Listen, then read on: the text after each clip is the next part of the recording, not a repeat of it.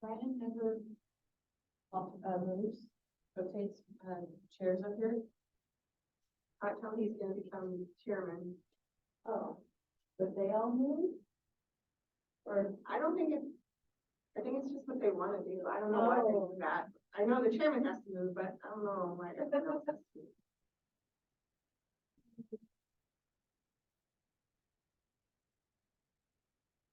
That annoying gentleman stayed very long after I left yesterday.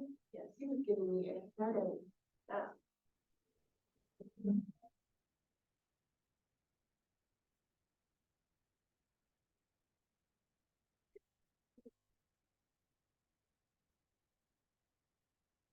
You entered 6-8.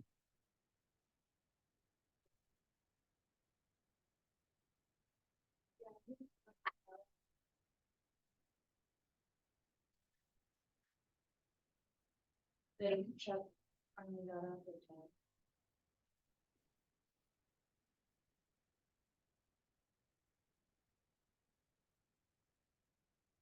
Welcome to Zoom. Enter your meeting ID followed by pound.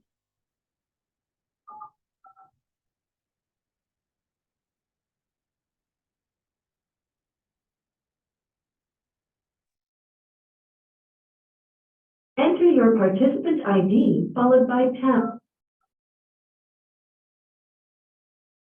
You are in the meeting now. You are the first participant. Please stand by. This meeting is being recorded.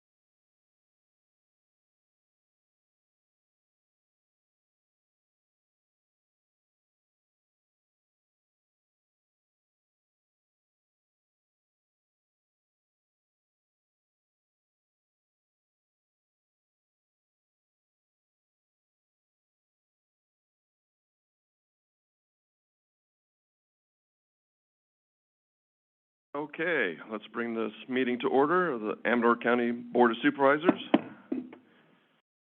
We were in closed session. 1A, nothing to report. 2A, direction was given to staff. 3A, confidential minutes were approved. Unanimous vote. And so we will go on to the Pledge of Allegiance, if you mind standing. I pledge allegiance to the flag of the United States of America, the republic for which it stands, indivisible, with liberty and justice for all.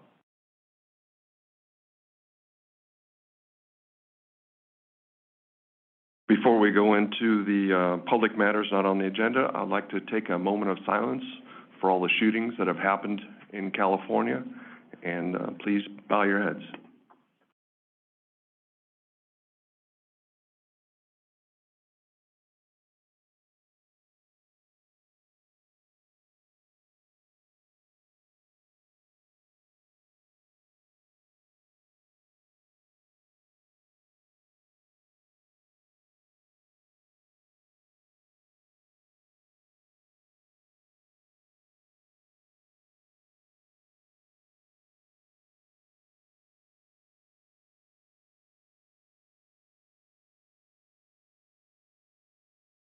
Thank you. Okay. Public matters not on the agenda. Discussion items only. No action will be taken. Any person may address the board at this time upon any subject within the jurisdiction of Amador County Board of Supervisors.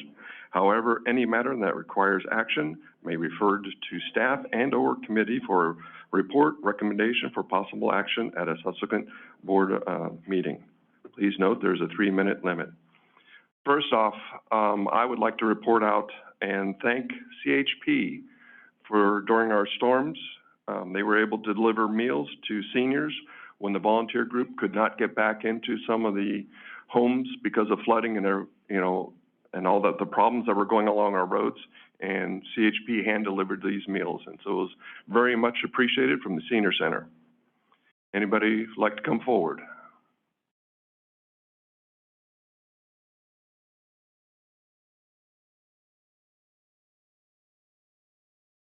Morning. Morning.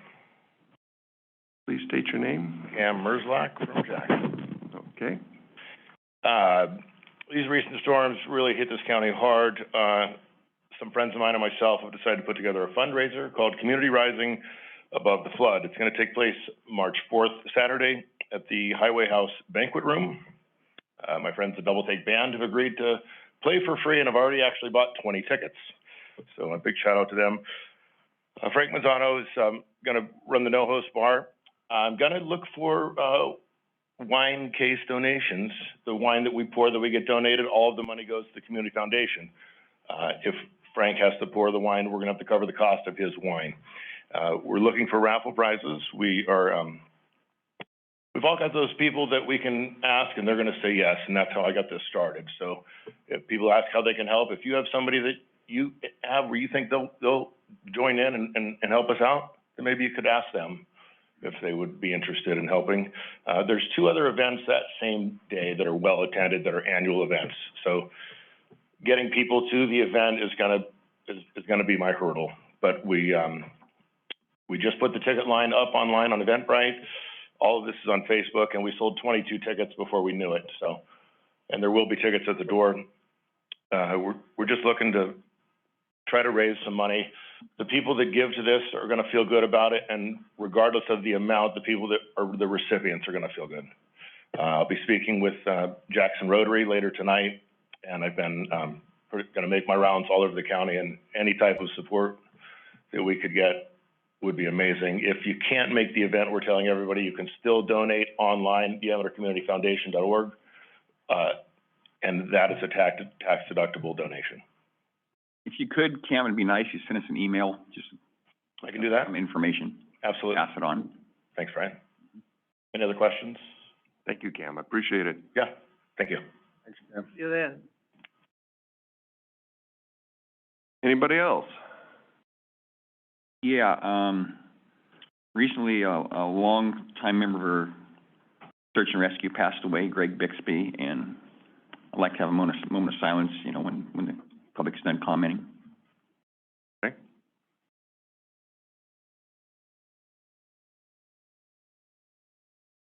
Good morning. Morning. Sorry. We're still having our moment of silence? No, she, Okay, after, okay. Go ahead, I'm sorry. Sorry, I didn't realize we were finished with that. My name is Judy Jebian. I live at 557 Clinton Road. 50 years ago, Jackson Creek townhomes were permitted on a known floodplain by the city of Jackson without requiring a protective barrier along the south fork of the Jackson Creek to prevent potential floodwaters from damaging our properties. We have just experienced a 100-year flood.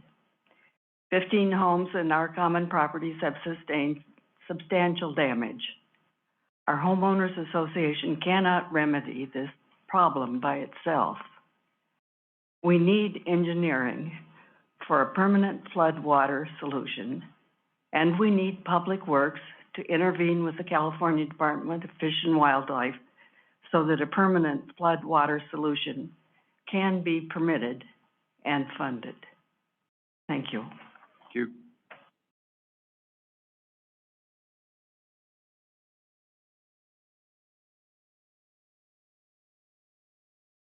Good morning, gentlemen. Just a quick question. Would you rather us hold our comments to, on the regular agenda 4A,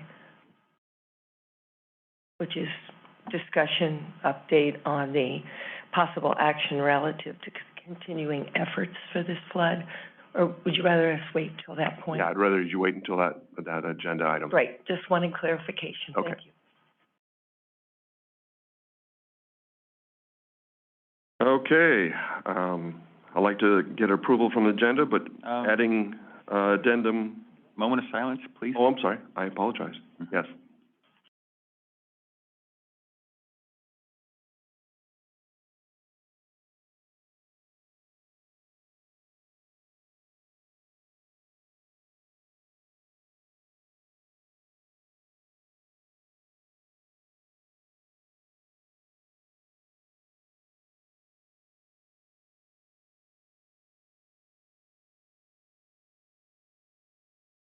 Oh, thank you.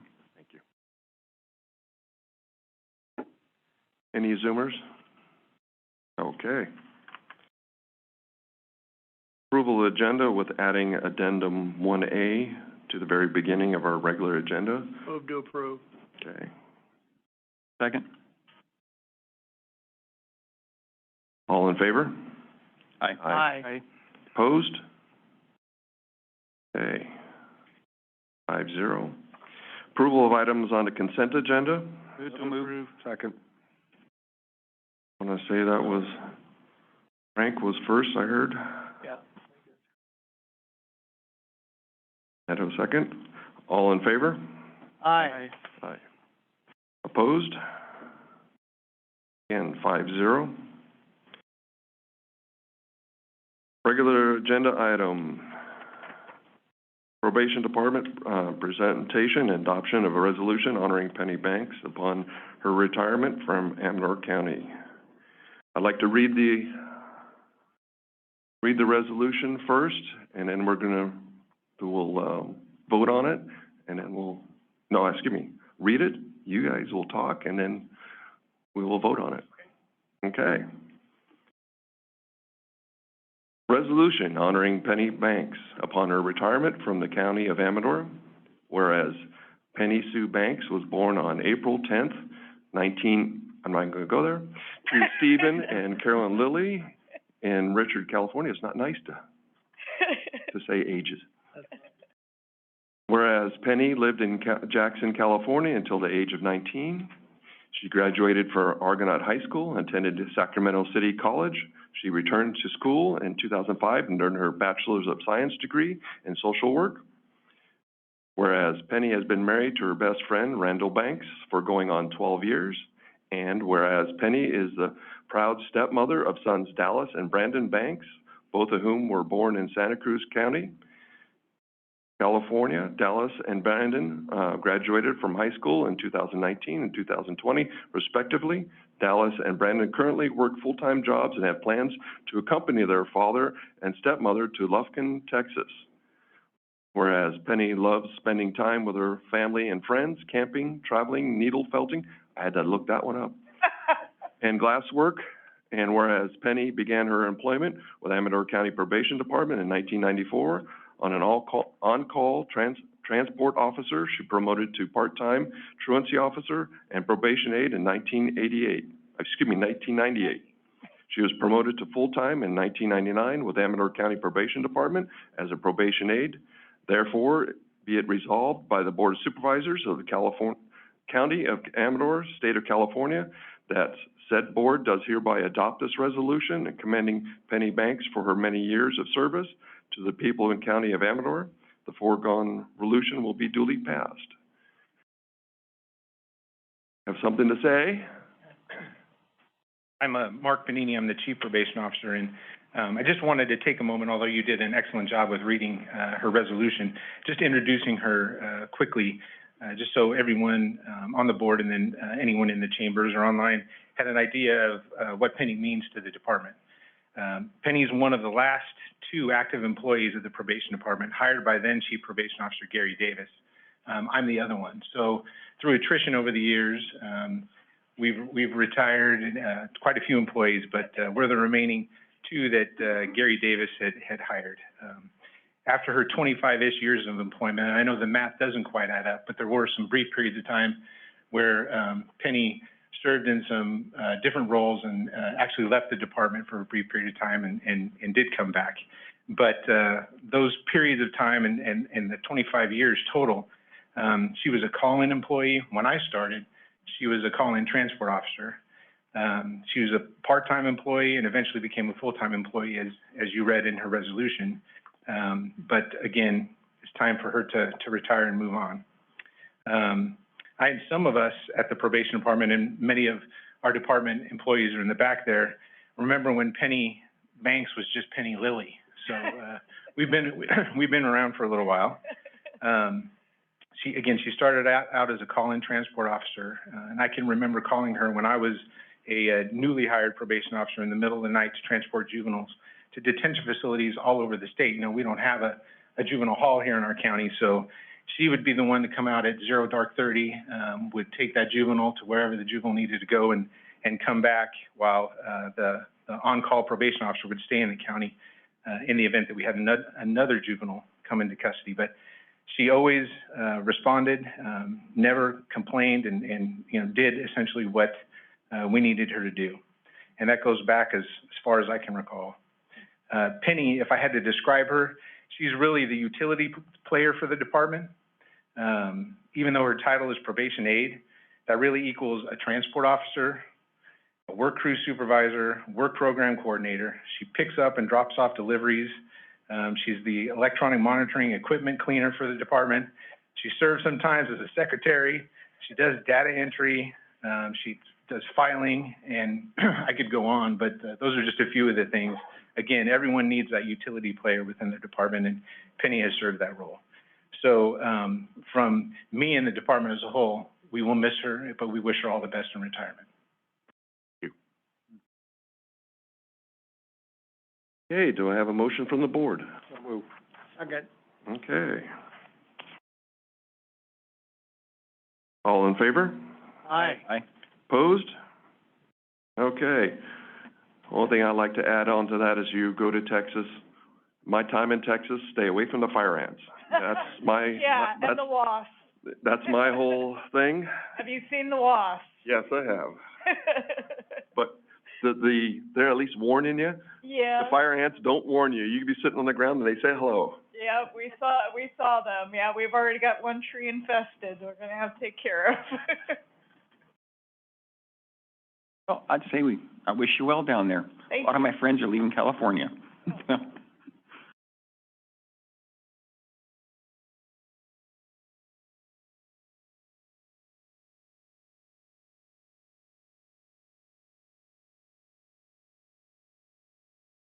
Thank you, board members. Appreciate it.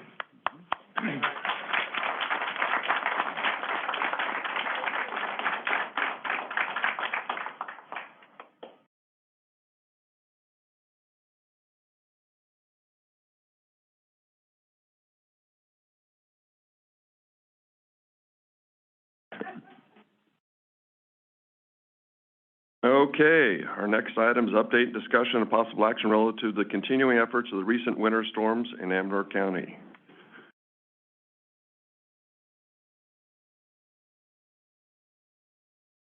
Jeff, are you gonna come forward, or? Well, at least start off.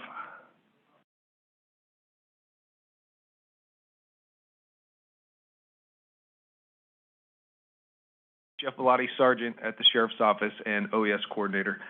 Thank you guys for having me here today to be able to speak on this. I'd also like to thank John Casillas from Cal OES. He's been with me every part of the way in response to the response by the county, and he'll be with me through recovery. We're gonna be working on that as soon as I leave here today. Just kind of wanted to give you guys an update on what OES has been doing for the storm, and give you some of those facts from A to Z since this started on New Year's Eve for us.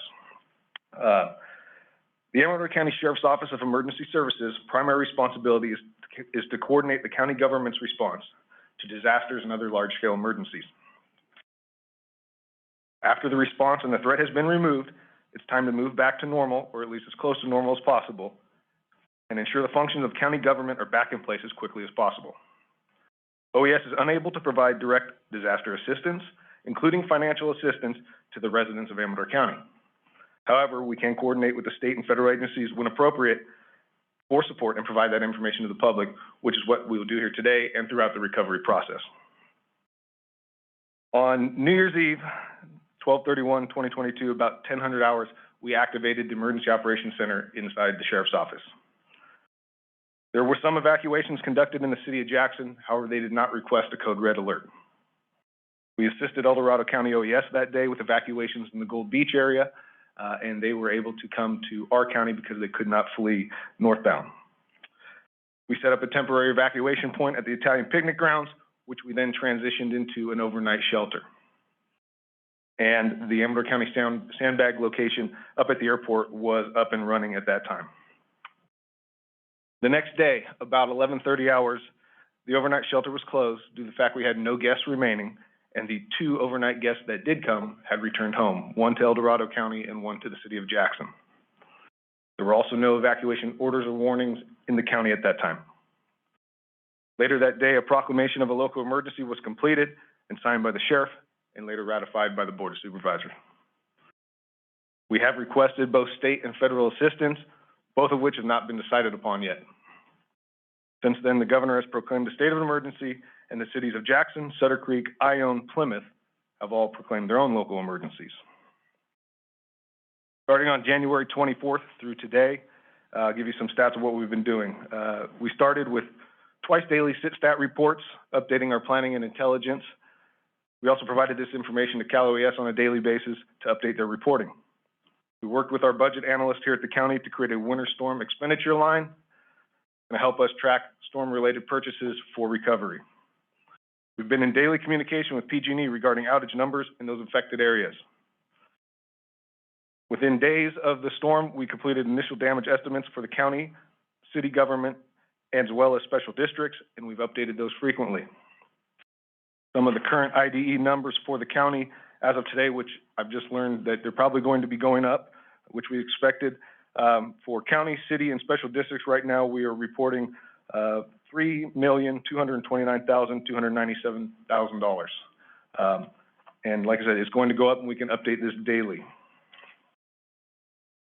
We've also assisted Sacramento County OES in obtaining the fairgrounds for use as a potential animal shelter due to some evacuations in their county. Communicated each morning with the Amador County Unified School District Superintendent in regards to whether or not we should open the schools due to road closures, power outages, and other safety concerns. We've completed 10 resource requests with the assistance of John and Cal OES to assist the county and city public works with their response efforts. These mission tasks throughout the state provided Amador County with over 100 barricades, 100 flooded signs, 24 California Conservation Corps workers, 3 pallets of cold mix asphalt patch, 25,000 sandbags, 500 tons of sand, a traffic control crew, and currently we still have a 10-man CAL FIRE crew, and we're working on a large debris removal crew for the city of Jackson, as well as 5 different types of road repair materials for the city of Jackson. On top of all that, we coordinated lodging and 3 meals a day for all of the workers that have been in town. And I'd like to say thank you to Mel's and Denny's for helping us provide those meals to those guys. We've also distributed all the ICS 214 activity logs to the agencies working on the winter storms and explained those to them. We obtained 250 PG&E Go bags that were distributed to our deputies, as well as the cities, the school district, and the Red Cross to provide to those affected by the winter storm. We opened a second overnight shelter at the Evelyn Bishop Hall in Ione, as well as an animal shelter at Animal Control. In total, we had about 2 overnight guests at the human shelter each night, and we had no animals. That was open from January 12th through the 17th. We've created an online and printable residential and business damage report forms that are located on the OES webpage. To date, as of this morning, prior to coming to the meeting, I've received 34 residential damage forms and 6 business damage forms. The total estimated damage and loss for businesses totals $348,500, and for the residential damage, it totals $523,380. Last Saturday, we coordinated a cleanup kit giveaway with the Red Cross at St. Catherine Drexel Church that took place Saturday. At this time, we're currently working with CalOES to complete our preliminary damage assessments based off the IDs we submitted. This is scheduled to take place later this week and into next week. We have not been added to the federal major disaster declaration. Only 7 counties out of the 58 in California have been, but more could be added in the future. We've been in contact with the Small Business Administration regarding contiguous county status, which means for our small business owners, right now they can only apply for revenue lost, not damage to their business. We've created a resource handout for homeowners, landlords, renters, and business owners. We've got some located in the back here that will be updated as we move through this damage assessment and hopefully open up to more funding. And lastly, right now I'm working with the Red Cross and other local agencies to set up a disaster assistance day. One of these weekends, we're shooting for this weekend, for those affected by the winter storm. And that's my update. Thank you.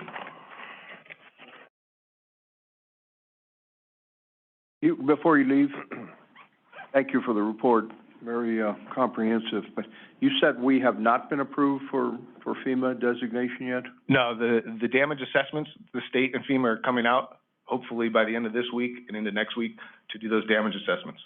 Yeah, the sheriff sent a message that we had met the threshold dollar-wise.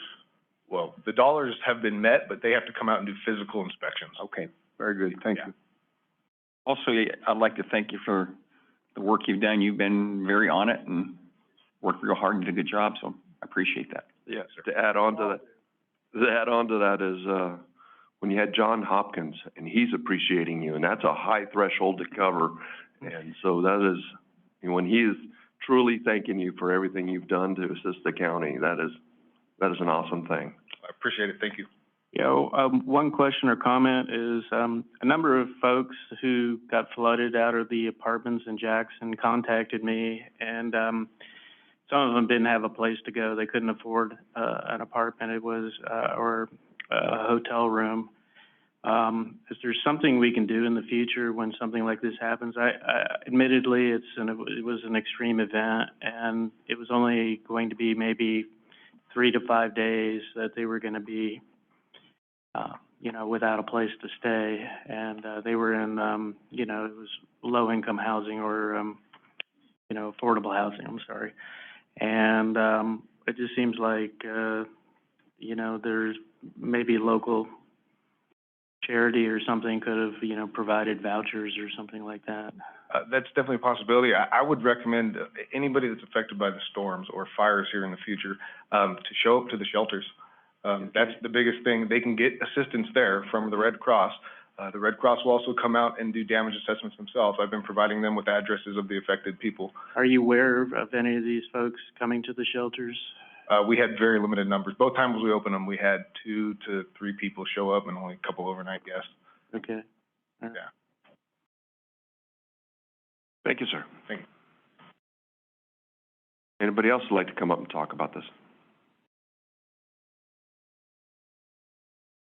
Thank you. Good morning again. Virginia Manor, president of the Jackson Creek Homeowners Association. First, I'd like to thank you. Supervisor Crew has been sending me documents that we've been regularly passing along to our homeowners, and we, in fact, are continuing to complete and help our residents complete the damage reports. And we're working today on our business one, which has been very difficult with the property loss and trying to figure it all out, you know, to submit it to be accurate and true. I am concerned because, as I said at the Jackson City Council meeting last night, there are resources that are available, and we haven't seen anyone out to say, what can we do, or how can we assist you in that matter, why we have crews here. Our Gabion retaining system is very unstable. And we still have a rainy season ahead. Many, mine in particular, I would say, but others are at great threat. And the damage to the interiors, and also like the Martin Luther King Day event, 3 to 4 inches went from the front of our units to the back, our townhomes. So the drying out process has been, I mean, the expense, don't know if there's any help from PG&E on any of this, but many of us have had 4 and 5 different fans, dehumidifiers, and you know, heaters, some without power, many without power still in our places. So we'd appreciate if somebody had a connection to PG&E to see if there's some break that could come to help us out with the extravagant costs that it's going to be just in that realm alone. As I explained before, of the 15, there are approximately 11 or 12 who have no flood insurance. And our Jackson Creek Homeowners Association has no flood insurance. I was told after by Bo Gilman that the cost is prohibitive to us because the actual flood insurance would be about 3 times the cost of our policy, which doubled last year because they decided we were in a fire zone, but by aerial view, and we lost our insurance. And so, and now we're aware that our insurance has been canceled because our carrier has decided to pull out of California. So we are now, by April 28th, to find insurance for our complex and our homeowners, and yet they have to come out and inspect our property. So any kind of help that you can assist us with, we would really like, you know, Public Works, engineering to come out, tell us what you can do to help us, you and the city. The city has pledged to work with you and with us to see everything and anything they can do, because they have Caltrans at South Avenue that they're working with because it borders 49. We don't have anyone. So we're asking you if you would please step up the services, and Jeff, if you could come out and evaluate, thank you. Evaluate the need, that why we have crews here still, that perhaps there's some services or some aid that you can come along and help us to stabilize the remaining retaining system we have.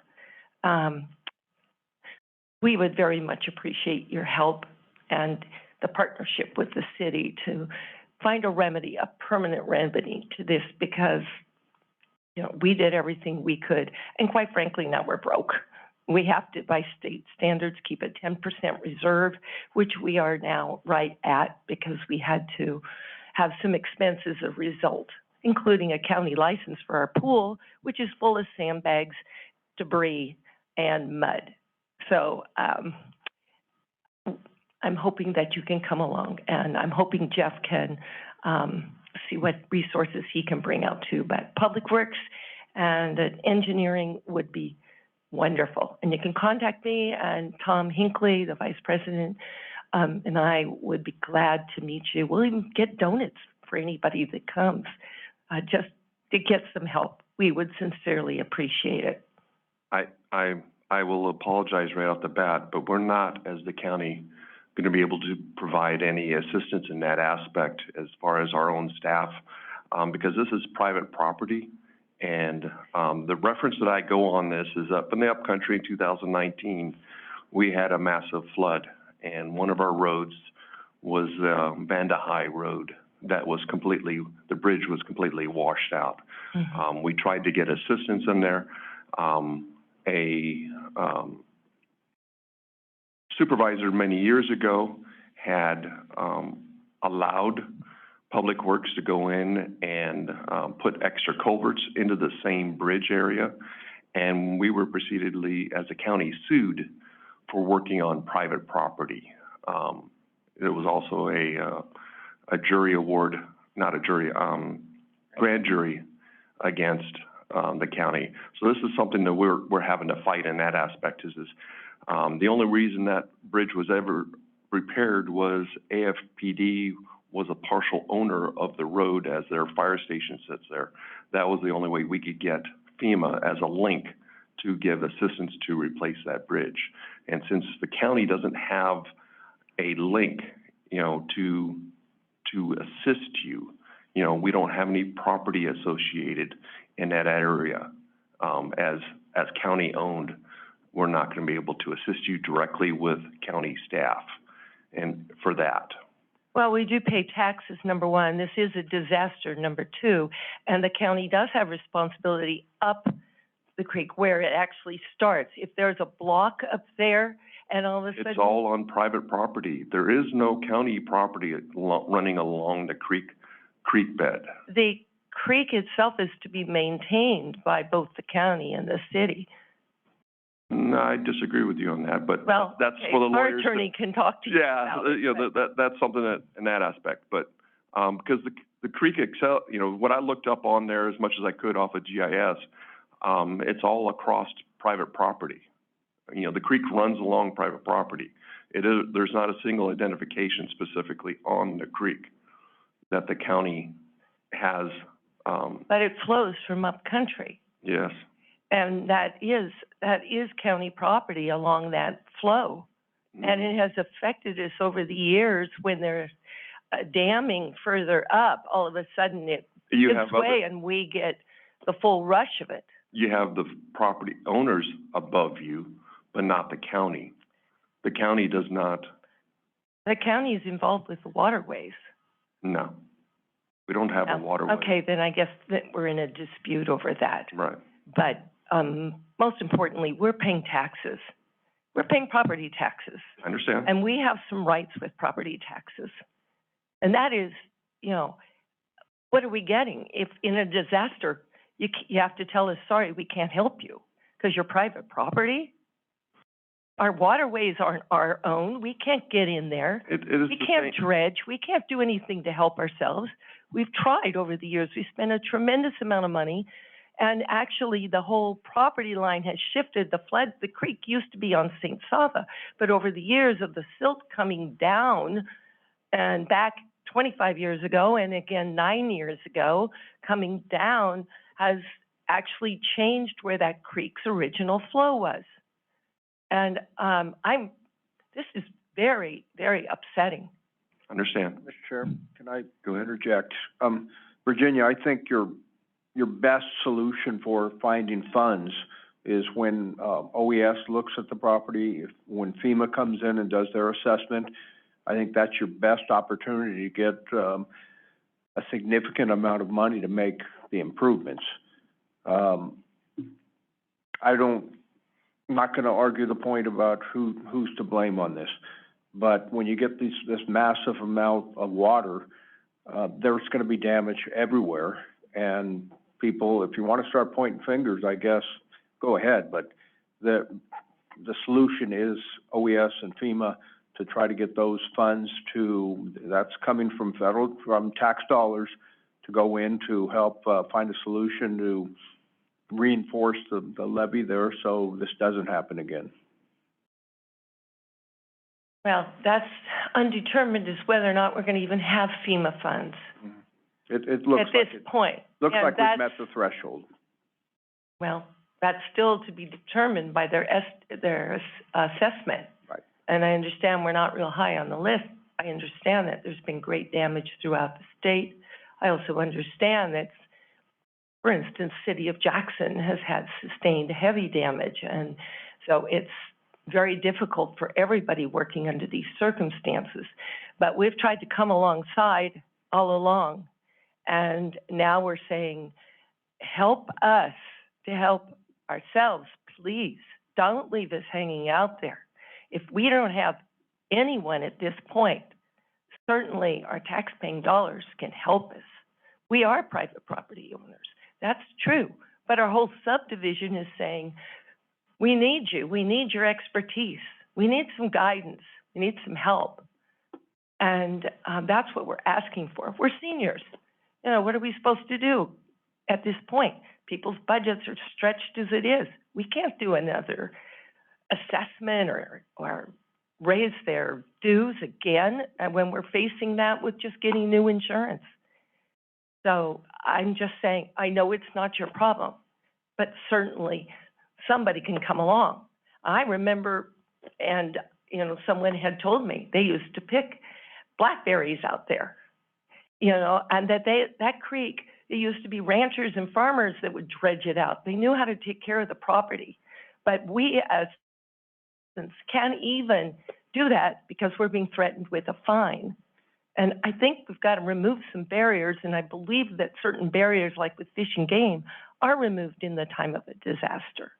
So we're just asking for you to look deep and see if there's any way of any kind that you can come alongside, and I will discuss with the attorney the water rights and, you know, the county and the city, because she's under the understanding that there is, you know, you do have responsibility in this, but please, we're asking you. And Jeff is doing a great job, and we appreciate his expertise in maybe getting someone out to take a look at it on our behalf and on the City of Jackson's behalf.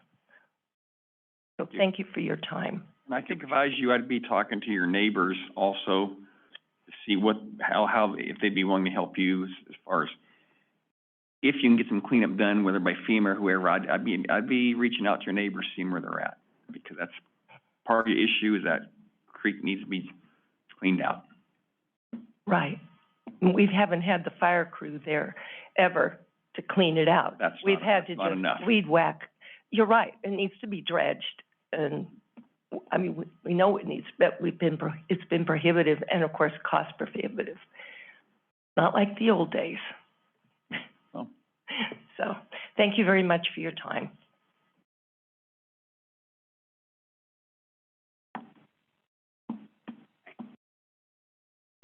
I'm Tom Hinckley. I'm a owner in the Jackson Creek Good morning, sir. Homeowners Association. Good morning. And also vice president on the board. And I think when Virginia came up to talk about this, we did a little research right at the beginning, trying to figure out our best sources for funding and repair. And we did determine that we have to do everything we can in filing our forms with the OES and everything to meet that threshold, which is good news that we have, but we're still going to be filing a business one for our development. And I'm going to help the other owners there who can't seem to get the form done, just do it online, which is pretty quick. But one thing I think that one document we pulled up when we were trying to figure out a guideline for who has the authority to work with us or who could work with us was the Amador County Local Hazard Mitigation Plan, which was developed in 2020. And going through that plan in the middle of the night, all of us, one section we found was the vegetation abatement for flood control section in that plan. And it asked how in this document it says, how are we moving ahead with flood vegetation abatement in there? And it says the project is ongoing. The city has annually performed vegetation abatement for flood control. However, the city's Department of Fishing, Game and Wildlife and Stream Bed Alteration Agreement expired in 2019. The city is in the process of obtaining a 12-year permit to continue to perform annual vegetation removal from the creeks and drainages. Silt removal around the culverts, ridge abatements will also be added to the permit. This project will be carried forward with this plan update. It is now titled Annual Creek Cleaning. And so I think that's where Virginia and others come from. We realize you can't be working on private property, giving it things or doing work because it's our dirt.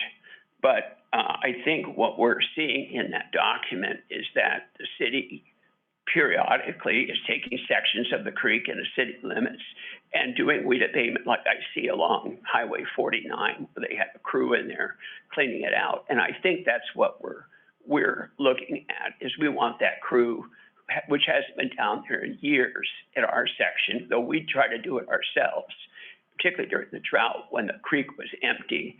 That's what we're looking for, is that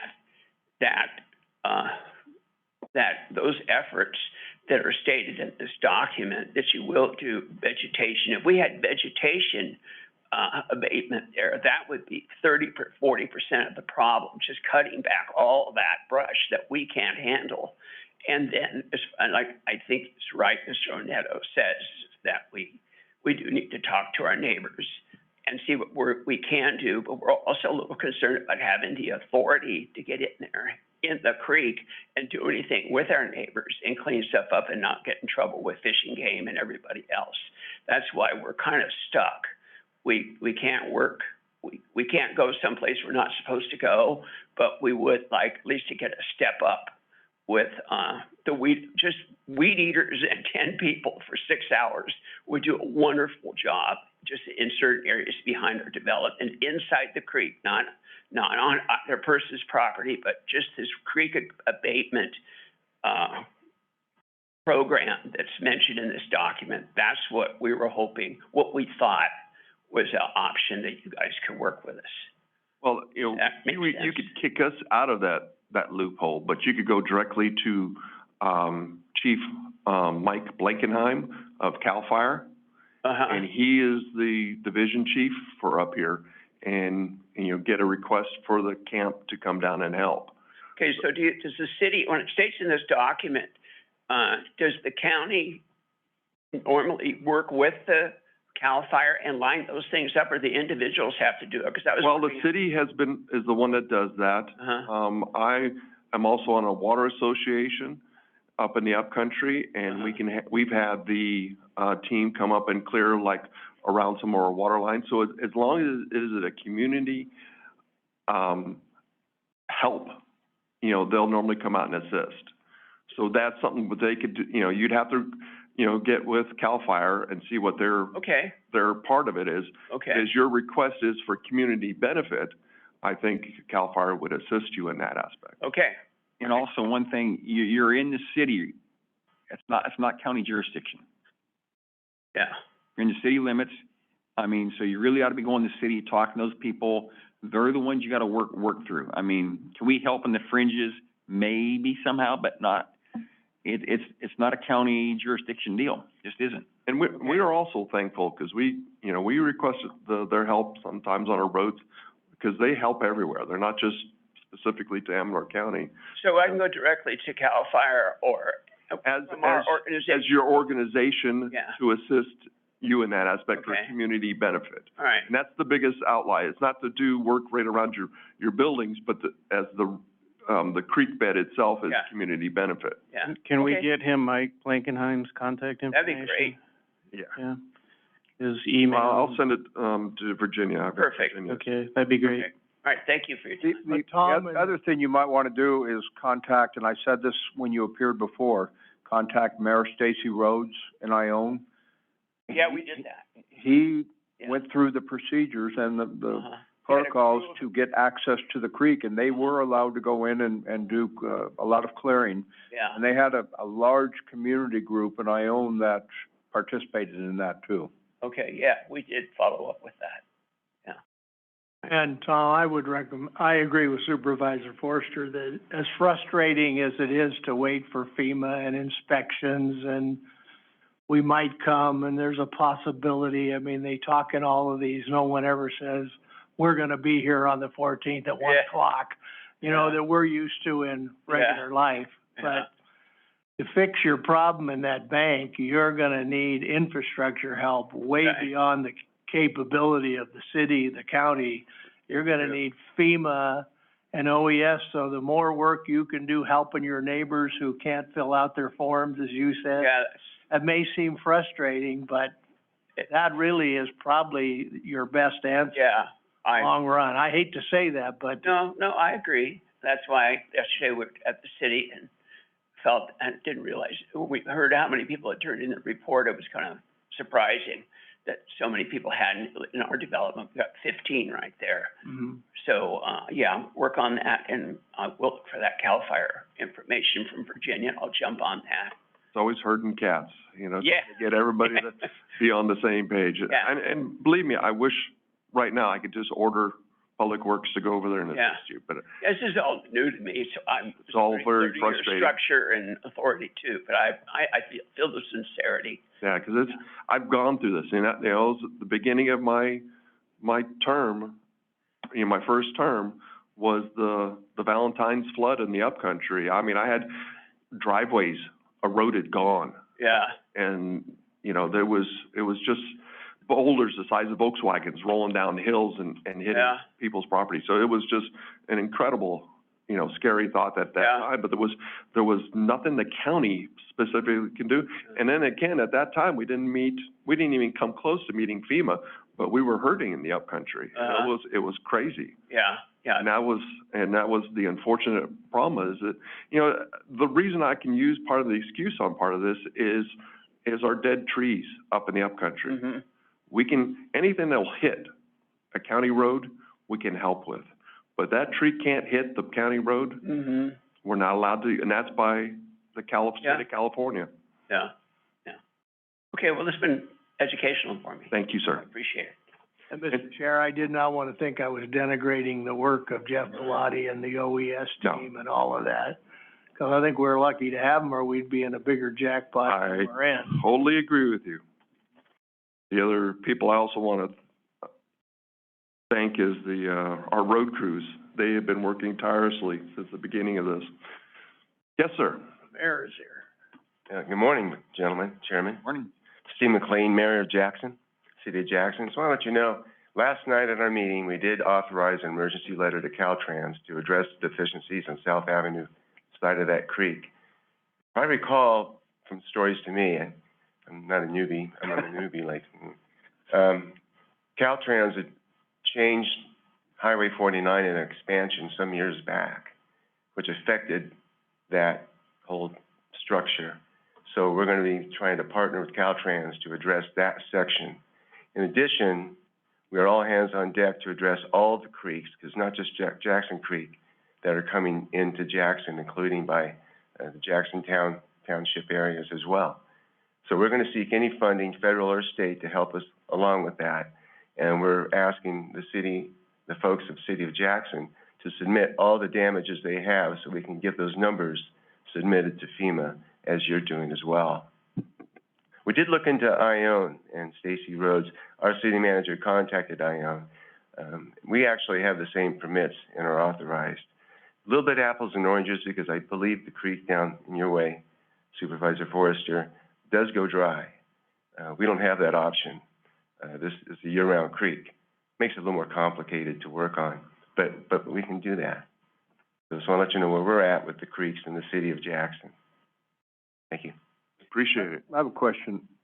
When that development, the apartments were built, it looks like that was a floodplain area. Was there any requirement that they construct a levee or anything for protection against flooding? I don't have an answer to that. That was some time back.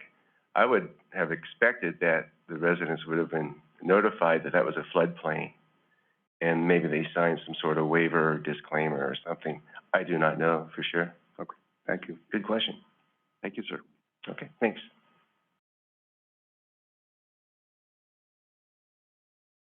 In reference to that point, Raise your name again. Virginia Manor, their townhomes, Jackson Creek Homeowners Association. We are in the process of going into the old books and seeing actually what happened. We've been talking to the assessor's office and got all the numbers and everything, and now we're going to records, and then we're also going to the surveyors to see what notes were even taken. Unfortunately, these are almost 50 years old, and a lot of things went on that probably shouldn't have, and the developer went under and someone else picked it up, and it was a process. And you may remember Supervisor Crew. So it's an unfortunate situation, but we are in that research. As soon as we're done today, we're going up there. And so I'm sorry if I seemed a little ticked, but, it's hard as a taxpayer to hear that you can't get help. There is no room for you, especially since you're on private property and we're asking for it. It's frustrating. It's rather depressing to be living in it and see that your value's gone down. And the assessor's office is helping us with that. But we also are going out. I distributed flyers yesterday to South Avenue people that said they weren't even aware of them. So, we're trying to be good neighbors to everybody that was affected, but we just appreciate all the information and any way that you can help the process along. And the city also, they were very. And we're still pushing, even though I'm saying that we're not helping. I know. We're still pushing. I have meetings with the Thursday with the SBA. We've been in contact with all our Right. Leadership above us, through the state and Fed. So we're trying anything we can. It's unfortunately a very slow process. Well, in the SBA, if you're going to get a loan, you have to have flood insurance. Go along with it. Yeah. And that, is sometimes out of reach for people. We have one resident who has $10,000 deductible. Another resident, $5,000, had to borrow the money, to just make the deductible. So it's kind of tough. Right. And the local realtors didn't know to say, hey, you could flood here. I mean. Come on. It doesn't snow up in Pioneer either. Right. You don't have big fires either, right? So thank you. I just wanted to clarify that, and thank you for the help you do give us. But, I will be talking to the attorney and just bring her up to date, so in her research, some of these points can be addressed too, for our clarification and for yours. So any and all assistance is appreciated, even if it's on a personal basis. Thank you. Okay, anybody else? Anybody from the board? Anybody from Zoom? Okay. We're on to 4B, Jackson Valley Irrigation District, discussion of possible action relative to the request from JVID for a loan from Water Development Fund to cover expenditures related from the recent storm. Stephen Frederick, Jackson Valley Irrigation District General Manager. Also the Ione Creek Committee Chairman. So when they were talking about the stuff, I do have some expertise if somebody wants to talk to me about it. I work right next to Stacy Rhodes on those projects, but it's city-owned property, and that's where we were really able to have the leverage to go in there and clean the creek. And the comment made about the creek being dry, that was a big help for us to be able to get in there. And the other thing was we couldn't remove any stream bed material. We had to leave it in the stream. So what we did is cleaned out the bottom of the creek, pushed it up on the bank. So, and I think if we didn't do that this year, Ione would have been in a big, big problem, specifically at the grocery store. But anyway. You can't do what you used to do. What Rick Kress said, they used to work on a trade, that they would go in and clean the creek out, but they would also take all the material, get it for free. And now that's not allowed, unfortunately. And you might be surprised. It seems like our relationship with the Fish and Wildlife Service, they're not called Fish and Game anymore, has been pretty good, and it has been productive. I think you do have a new mindset there, especially after this disaster. I wouldn't be surprised if people would work better with them, especially individuals and cities. We know, Steve, I'll say this, I went to a meeting of rural counties the other day, and the common theme I heard was government regulatory agencies in the way here, in the way there, stopping this, hindering that, slowing down this. I think people need to realize that some of our hindrances in getting done what we need to get done as a society, we put in place as a society. And what you find is people support all kinds of ridiculous, maybe not ridiculous, maybe a well-intentioned rules and regulations, and then when it hits them, they go, oh my God, what do you mean I can't go do this? And it's something society needs to start thinking about. Everything that sounds cute and fuzzy and great is not always that. You know, my job and the relationship I have with the city of Ione, it's really funny when you ask who owns the creek. You get a million different answers. Who's responsible? You know, comments is so the county's responsible upstream. There's so many laws, and I guarantee if you ask 5 different attorneys, you're going to get 5 different opinions. And that's a big problem when you're trying to be productive. But I think what I'm going to do is spin off of that conversation to what happened to JVID. Sounds good. Let's put this in perspective. You guys just saw, from my records, probably the worst storm event we've had in the last 60 years. This exceeded 1997. This exceeded 2017 when we had FEMA funding. And the records, which is debatable in my opinion because I wasn't barely alive, said that in 1980, we had a flood event of over 8,000 CFS come down the Jackson Creek. To understand what a CFS is, I'll kind of just go into storytelling mode. CFS is a basketball size of water. Now you have 8,000 of those coming down the creek in 1 second.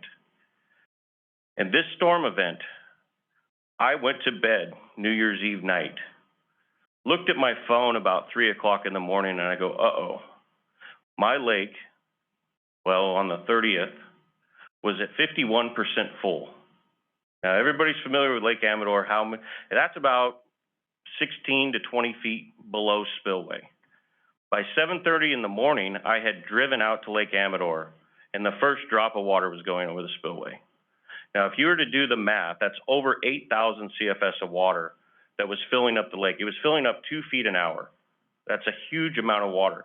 So then you take a step, and I'll kind of bring it back to the previous, my introduction. You know, how do you prepare for this? It's not, we need to trim the trees. This is a major problem. This isn't just the berry bushes overgrew the creek. This is a large storm event that we had on our hands. Once the reservoir filled up, about 10:30 in the morning, I calculated 3.5 feet of water going over the spillway. Now our record's 4 feet. That's 3.5 feet over a 400-foot distance of water. That's a lot of water. Chuck, do you have the photos? Okay, that might help my storytelling here. The board has them too. We have Yeah.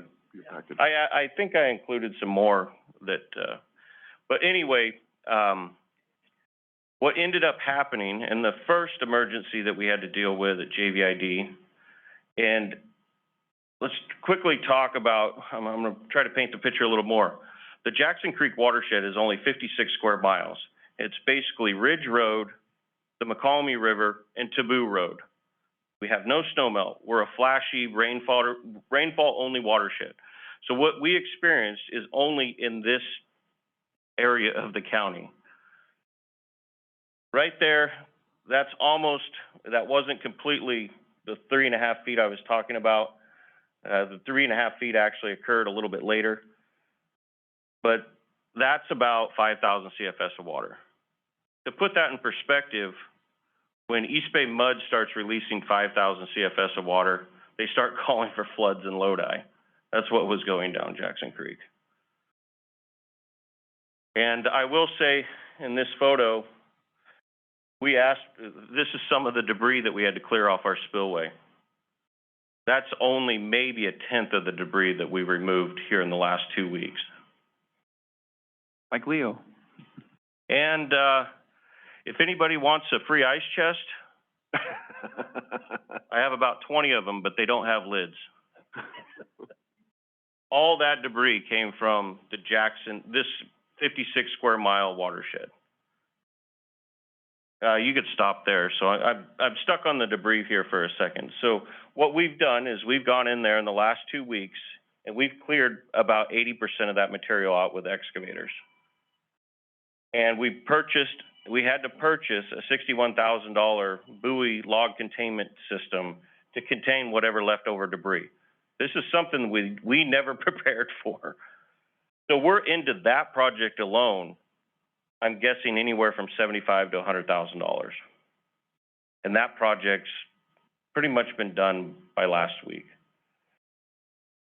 Some of the other damage that occurred from this, so I was talking about the 8,000. If we didn't have that storage in the reservoir to take that initial surge, that water would have we have an uncontrolled spillway. We can't control the water once the lake fills up.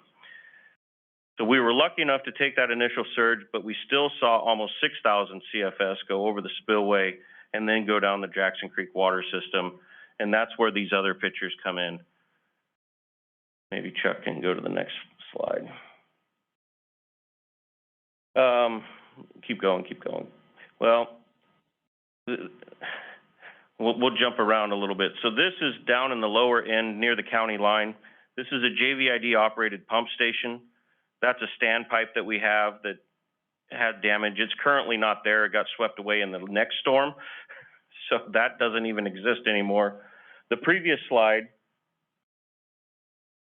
this one, if you see there to the right, this used to be a levee. This is about 200 yards worth of levee in the Jackson Creek that's completely gone.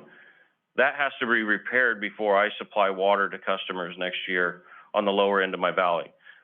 That's about 50% of my water goes to those customers that need this levee repaired by spring. Question on that. Do you set the levee back a little bit more maybe when you repair it?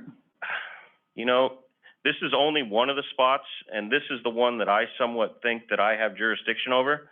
There's been other levee or banks that have been damaged on private property where that question comes, well, Steve, are you gonna come and help me fix this?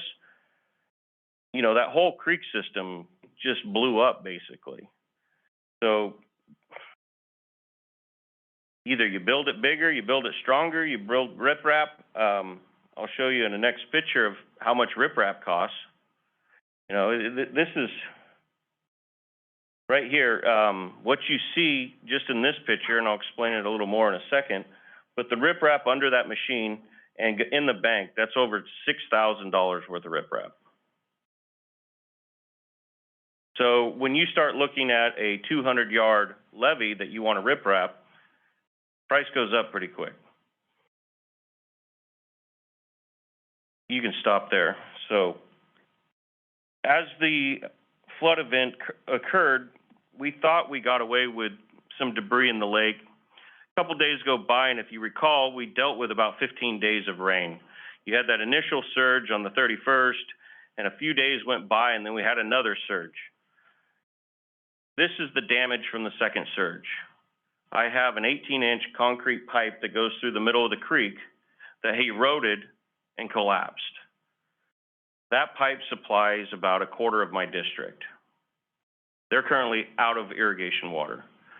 To give perspective, if you're in the area, this is everything south of Buena Vista. This would be the Waters Ranch, the Strom Ranch, the biomass facility, Oneto's property. So this supplies a lot of water to farmers. I have a little organic farm that wants to start irrigating their little greenhouse here in February. They're currently out of water.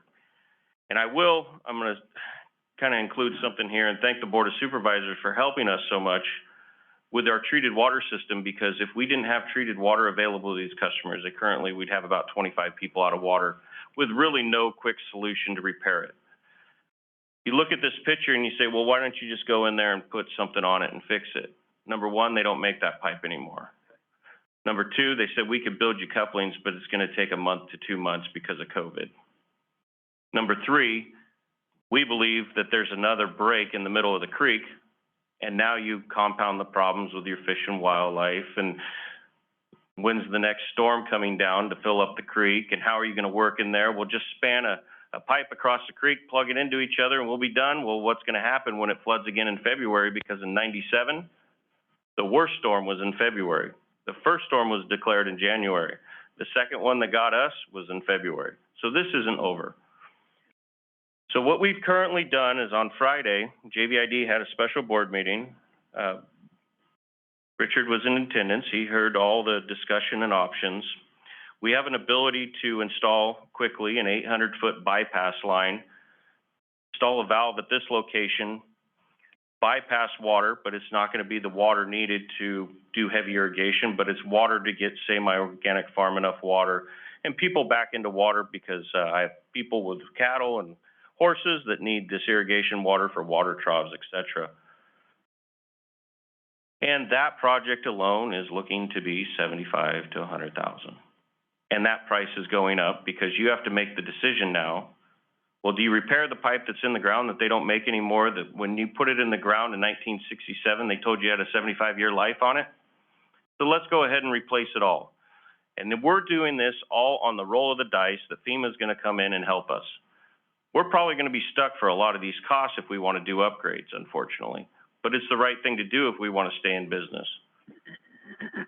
So with that being said, JVID gave me direction at my last board meeting to come to the Board of Supervisors, and we've had this relationship before with the Water Development Fund, where I've asked for periodic loans.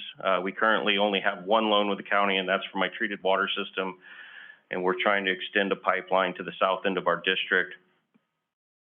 But we've asked in the past for a $210,000 FEMA loan, which we actually didn't take advantage because we drug our feet long enough that FEMA was able to reimburse us before we were able to do the projects. For example, like that levee project, I'm not going to be able to get to it till spring anyway, and FEMA might jump in and say, hey, here's some money before that, but for example, the debris cleanup, that's going to be out-of-pocket expenses. I just signed the invoice for the $61,000 for buoys yesterday, or last week. So those are all expenses that have to be paid.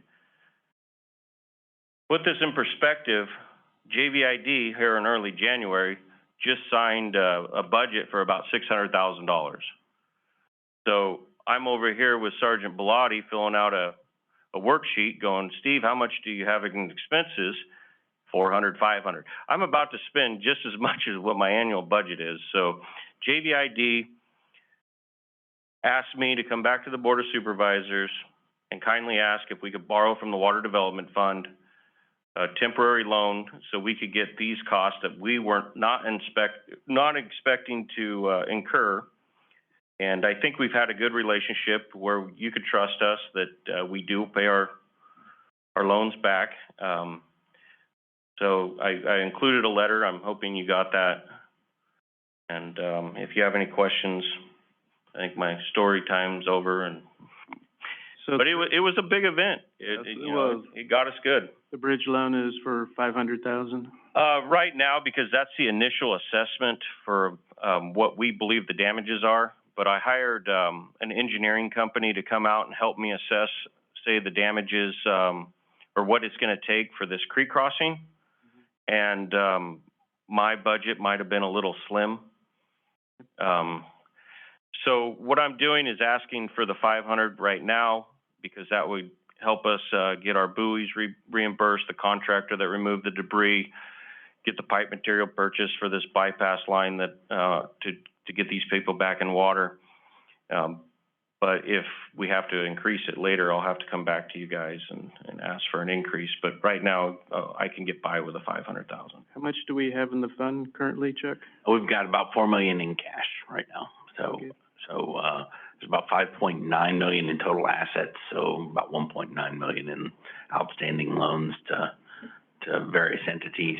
So $4 million we can loan out right now. Okay. Terms. The last term that we had was, this kind of boilerplate. I think you guys did a 1% or a little over. I think that's what we did, about one. Just the lafe's gone up a little bit, but, I don't know, how long do you think it would take to?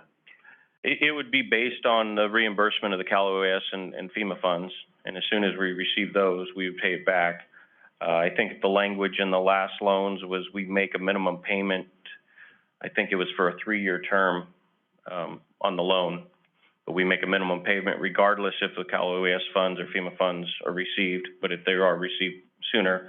And it's not, you know, we have to spend the expenses before we can ask for the, yeah. You know, I would, 3-year term or basic? I would just, recommend, spinning it off the $210,000 loan that we had last time in 2017 and just update it with, the interest rates. And I think the language was the LAIF interest, the current LAIF interest rate. I think. you know, I would say this, unless it's a really big deal to you, I wouldn't have a problem with foregoing the interest. Normally, I like interest on these loans you make out of the water fund just to keep it somewhat static. If it really helped you much, I'd be okay with going no interest this time, unless it's gonna cause you a paperwork problem. It does not cause a paperwork problem for me. I think that would be a huge gesture, to the residents of, Jackson Valley Irrigation District. Yeah, because you know, something a little. I will say, and I don't want to be the devil's advocate or, you know, step on my, but we have to keep that water development fund has been crucial for JVID and projects. So I want to do what we can to keep that sustainable.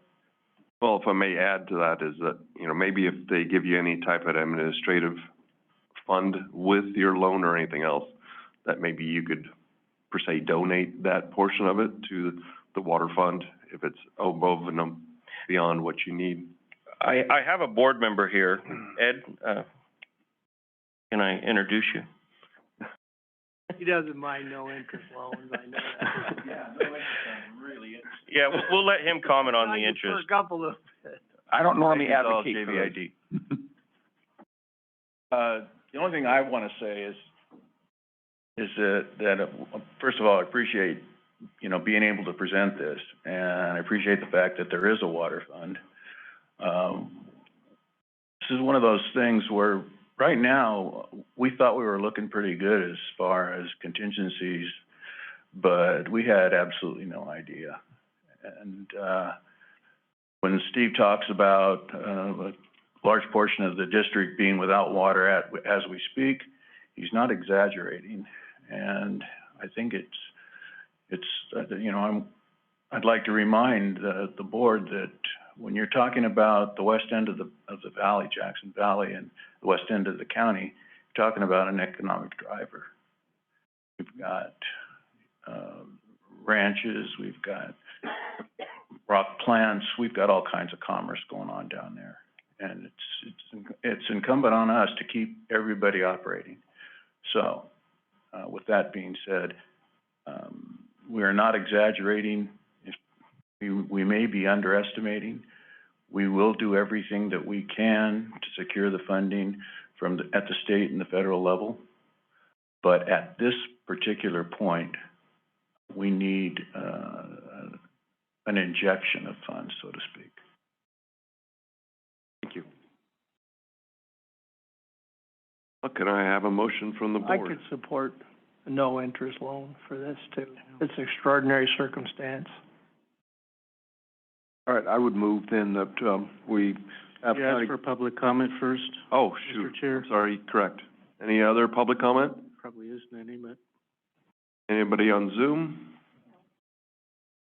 Okay. Now we're back. Oh, I would move that we have county council pen an agreement similar to the previous emergency agreement and, with a no interest loan Second. authorized. Okay. I'd second that. First and second. All in favor?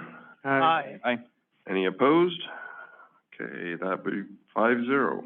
Thank you. Good luck. Thank you. I hope not to see you again, no. Well, we'll do our best. Like I said, I have about 100,000 that I need. We'll work quickly to pull from. I hope to see you again, but in better circumstances. Yes, agreed. Thank you, guys. That's better. And it was stated in the discussion, but the intent was for the 500,000 to the amount. You want, you could, delegate, approval of that contract to, the chairman and county council, and so we don't have to bring it back to get it approved. Okay, I'll Amend include your, that in the motion. I'd second that. okay, everybody, Expedite it, yeah. everybody approve that? Aye. Aye. Okay. Thank you. Okay, 4C, Shenandoah Road improvements. I had,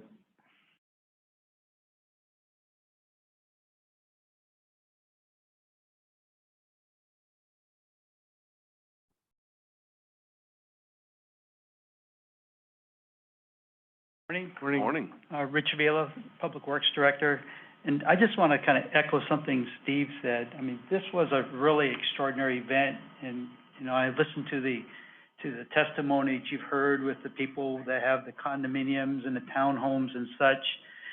And, you know, really, I don't think anything could be built that would have taken that much water. I mean, then maybe it would have, slowed it down or maybe contained it more, but you typically don't design for that extreme of event. I mean, in JBID, if they could, they would have, but, you know, it's just something that you just you don't sink your infrastructure, the money into that type of infrastructure because it sits idle for so many years.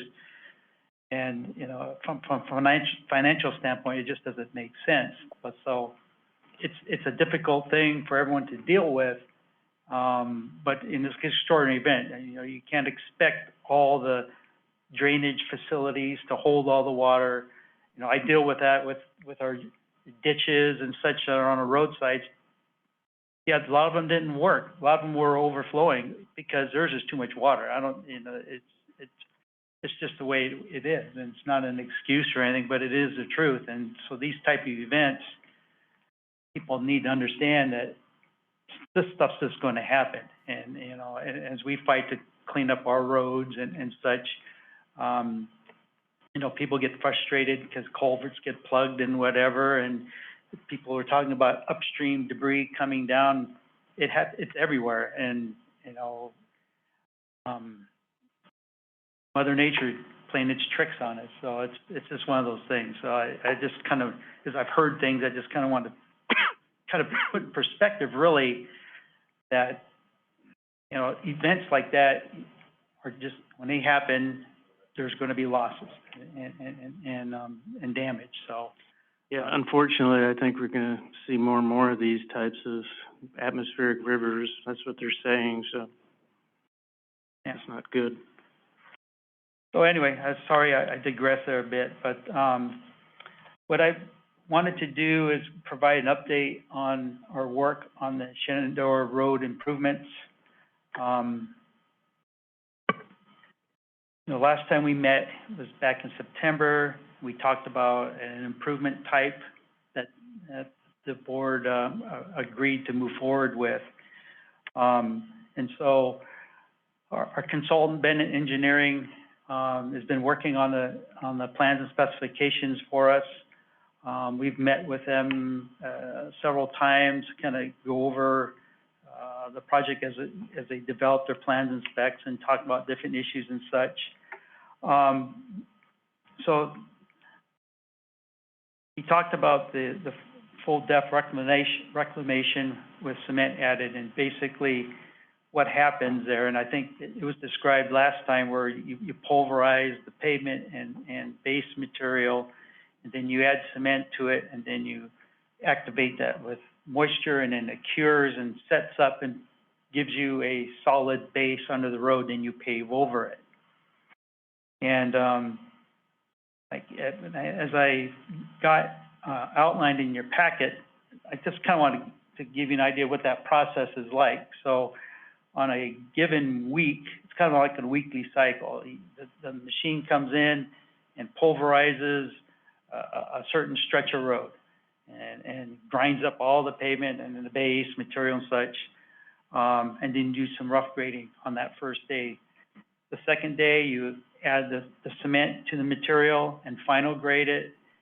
Next day, which would be like on a Wednesday, it sits and it cures.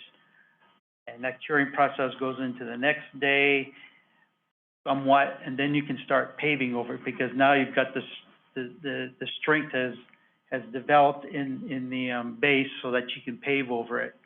And then you would be able to pave Thursday on into Friday, and by the end of that day, it's usable as a road section. So the idea with this, and the reason I explain this, is that and as it's been explained to me, this is kind of a weekly cycle where during that cycle, we'll have one lane of traffic open to the public through the area, through the work area, and it would be controlled with temporary signals.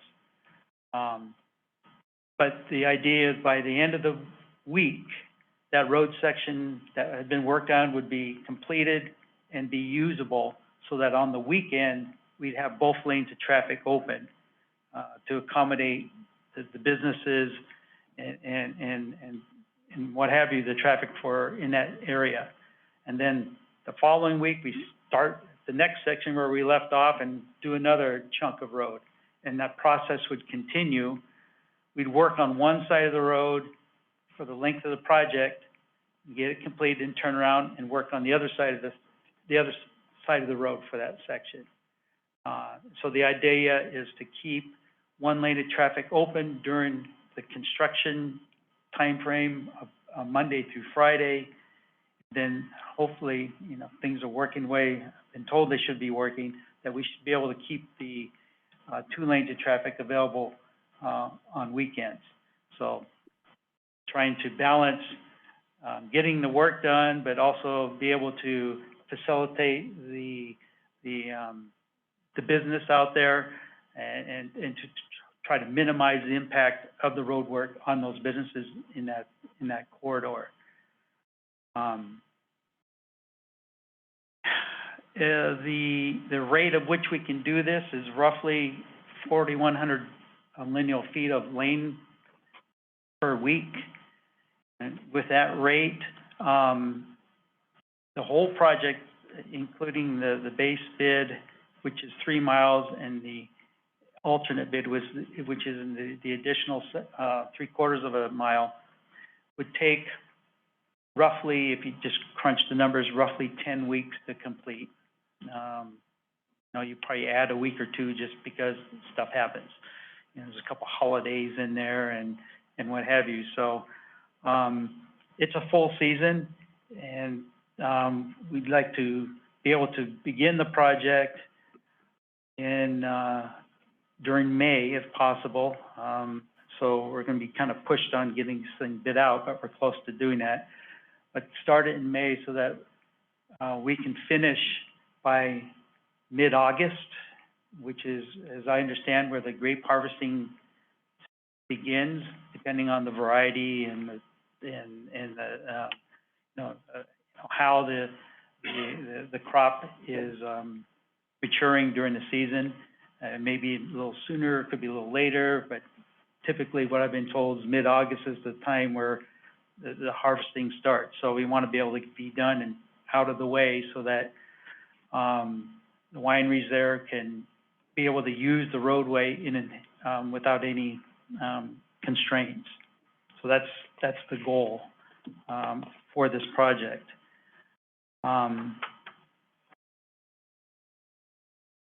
Like I mentioned, we want to get started around in May, so it's imperative that we get this out to bid this next month in February.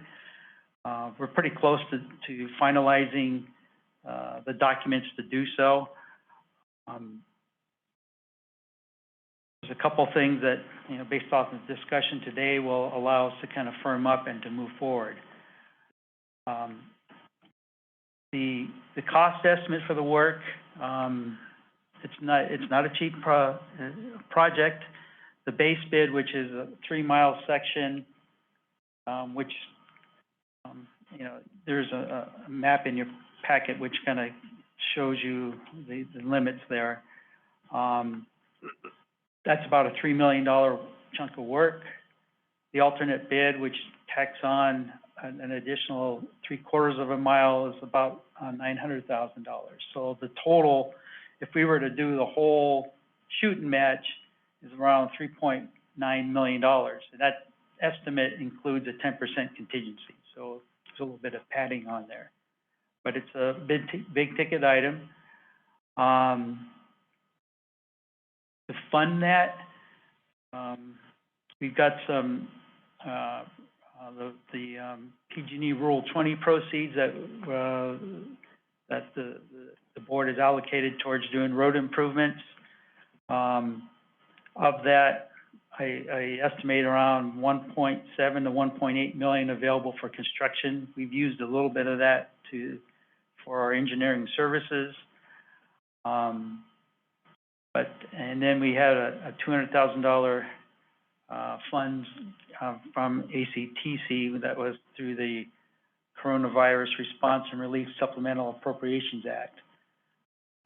So that totals about a little bit shy of $2 million. I propose to make up the difference there which is a little over $1 million, at least for the base bid, with SB1 funds for the 23-24 fiscal year, the upcoming fiscal year for SB1 appropriations. So from my perspective, my recommendation is for the county to be able to fund the base bid work as it's estimated right now.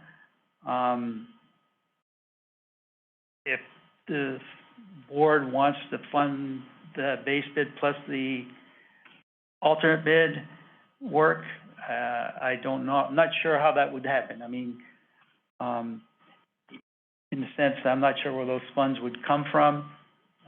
You may have a pool that I haven't been able, that I can't appropriate or whatever. If we use about $1 million of that SB1 funds, that's about half of the allocation that we normally get on an annual basis. So if we do that, we'd be sacrificing some things that we would normally do with our SB1 program, such as dig outs, some culvert replacements, pavement marking, the center line and edge line stripings, which if we took a year off from that, that's fine. We're on a 4-year cycle, and as long as we maintain that in general, a year gap is not going to hurt us there. But there is, it's a matter of if to move forward with this, those type of things would have to be foregone for a year. So that's my recommendation. If the numbers come in favorable for us and say the base bid's estimated around $3 million and maybe the bids come in at 2.6, the county could then have the option of either just accepting that work and that's all we'll do and that's all we'll spend, or if you want to spend the whole, if the budget allocation of $3 million is approved or recommended, you want to spend that remaining $400,000 and do a portion of the alternate bid work, maybe we could fund, maybe that, you would say of that 3/4 mile, maybe you can do a third of a mile, whatever the numbers. How much do we normally get from SB1?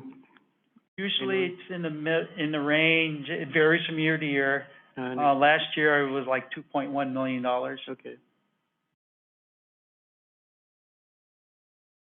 So that's kind of where we're at with this. It's a big project. It's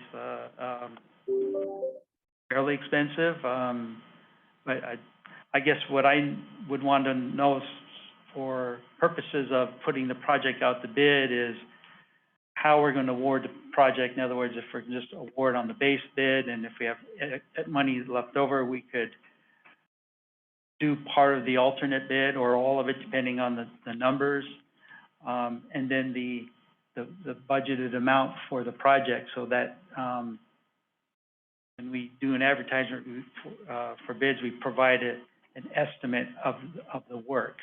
So the contractor can get a feel for the size of the project that we have. And it's important for us to be able to fund whatever we put out as the estimate. In other words, you don't want to say, oh, this project's going to cost $4 million as an estimate, but you only have funds for $3 million, for example. You don't want to do that. You want to be able to fund what you estimate the project to cost. So, now as part of this, we sent a couple different letters out to property owners that are along the corridor, just kind of give them an update of where we are on the project. I'm trying to keep them informed and such. I've shared that information with the Vintners Association, so if they have newsletters and such, they can put this information out as well. I'm trying to keep that communication open and not work in a vacuum, knowing that this project is high profile. It affects an area of economic interest for the county, and knowing that road work in real life just they don't mix. But sometimes you have to go through the challenges of accommodating them at the same time. So, again, that's where we're at. We'd like to get this out on the street for bidding in a couple of weeks or so. So I got to button up some fine things on the contract. One being the direction of how we will be awarding, as well as the I guess funding for it. my opinion is, just go with the base bid for right now and see how that goes. We can take the $1 million from SB1, but I do think we need to, keep continuing funding some of those other things. I do have a speed study that I want done too. Sorry. Richard? I didn't cut you off. We have a future agenda item on the ARPA funds. I'm looking at this, that this is an important project, and so we don't strain the SB1 funds, that we have a lot of potholes out there that need to be fixed and a lot of dig outs. And we look at, in the future agenda item, possibly taking half of that and putting it into this project. That's up to the board. Well, I would like to maybe see that money, the $1 million, go into the water fund, because, that's what it's for, and I think some of it should go into that fund. We need that fund to loan out the money. Well, you're right.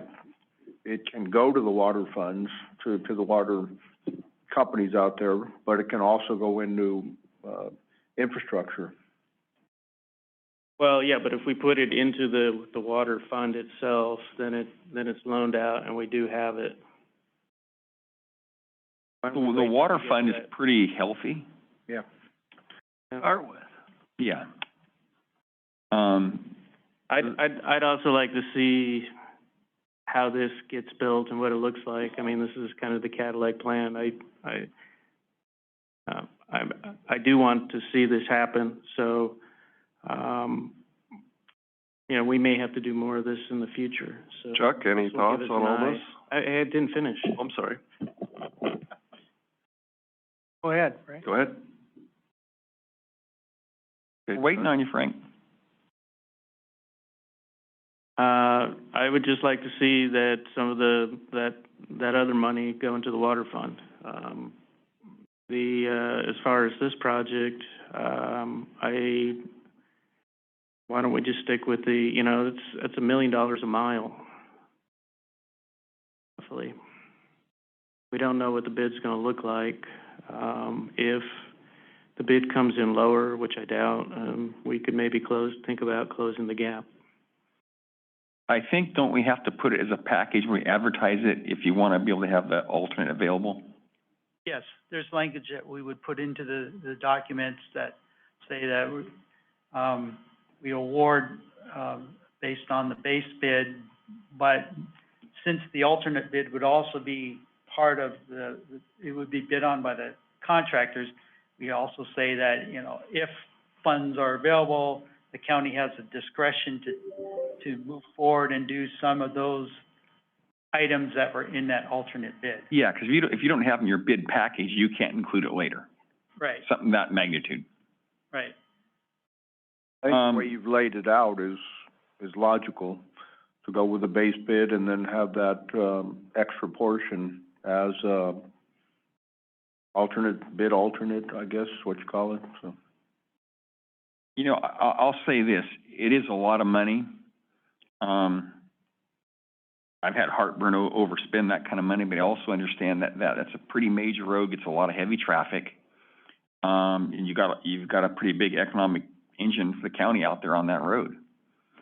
So I think it's pretty important to fix that road. I don't like putting that kind of money into it because there's a lot of other needs. I mean, whether it's District 4, 2, 3, or 1, I mean, we've all got roads that are in trouble. It's a big problem. One thing I would like to consider a little bit is, I don't know if it'd be more economical. There's a short section of Bell Road that's kind of crumbling, maybe 200 yards, quarter mile from Bell and Shenandoah. Maybe if we could look at that possibly, I don't know if it'd be more cost effective to do it while they're there. Say we've got a 100, 200 foot section, we want to throw that in, especially if the prices come in good. So I'd like to have the base bid with the alternate included. Maybe we talk about the ARPA funds coming up. Maybe that's a way to get some more money towards it. But I do agree with other board members. I don't want to break the bank on one project. If we're gonna evaluate bids based on the base bid plus the alternate, we're gonna need to set aside enough money to cover both of those. So, how much would that be, Rich? Right now, the estimate for the base bid plus the alternate bid is 3.9 million. So that means we're 900,000 short.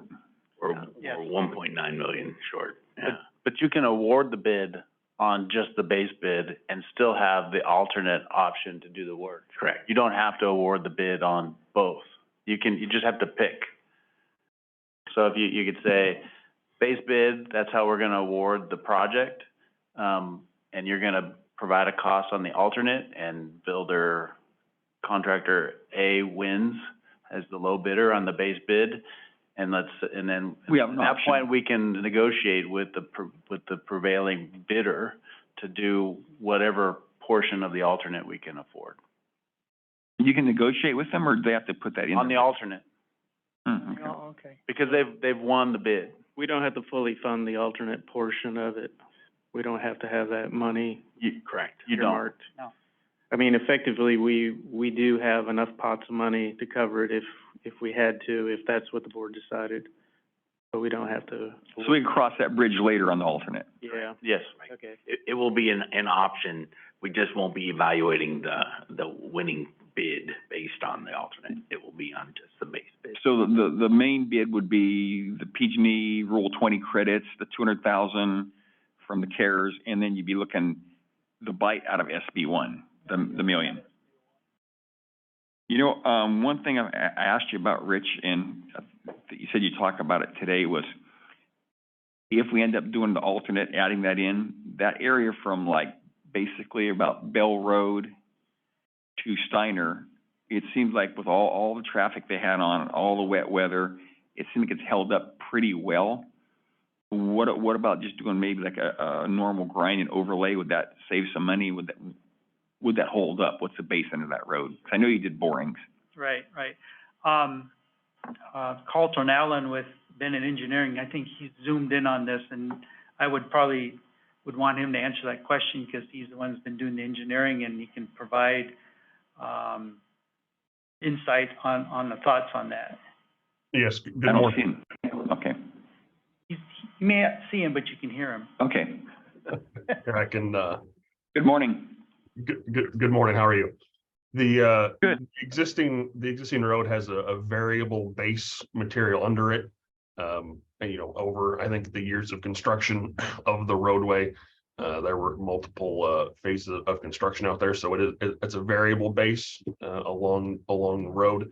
And it's about we talk in TI, traffic index, based on the number of heavy trucks that the road is going to see. And the existing roadway right now has a traffic index somewhere between 5.5 and 6. But the expected traffic out there now, based on projections, is somewhere around an 8 or a 9.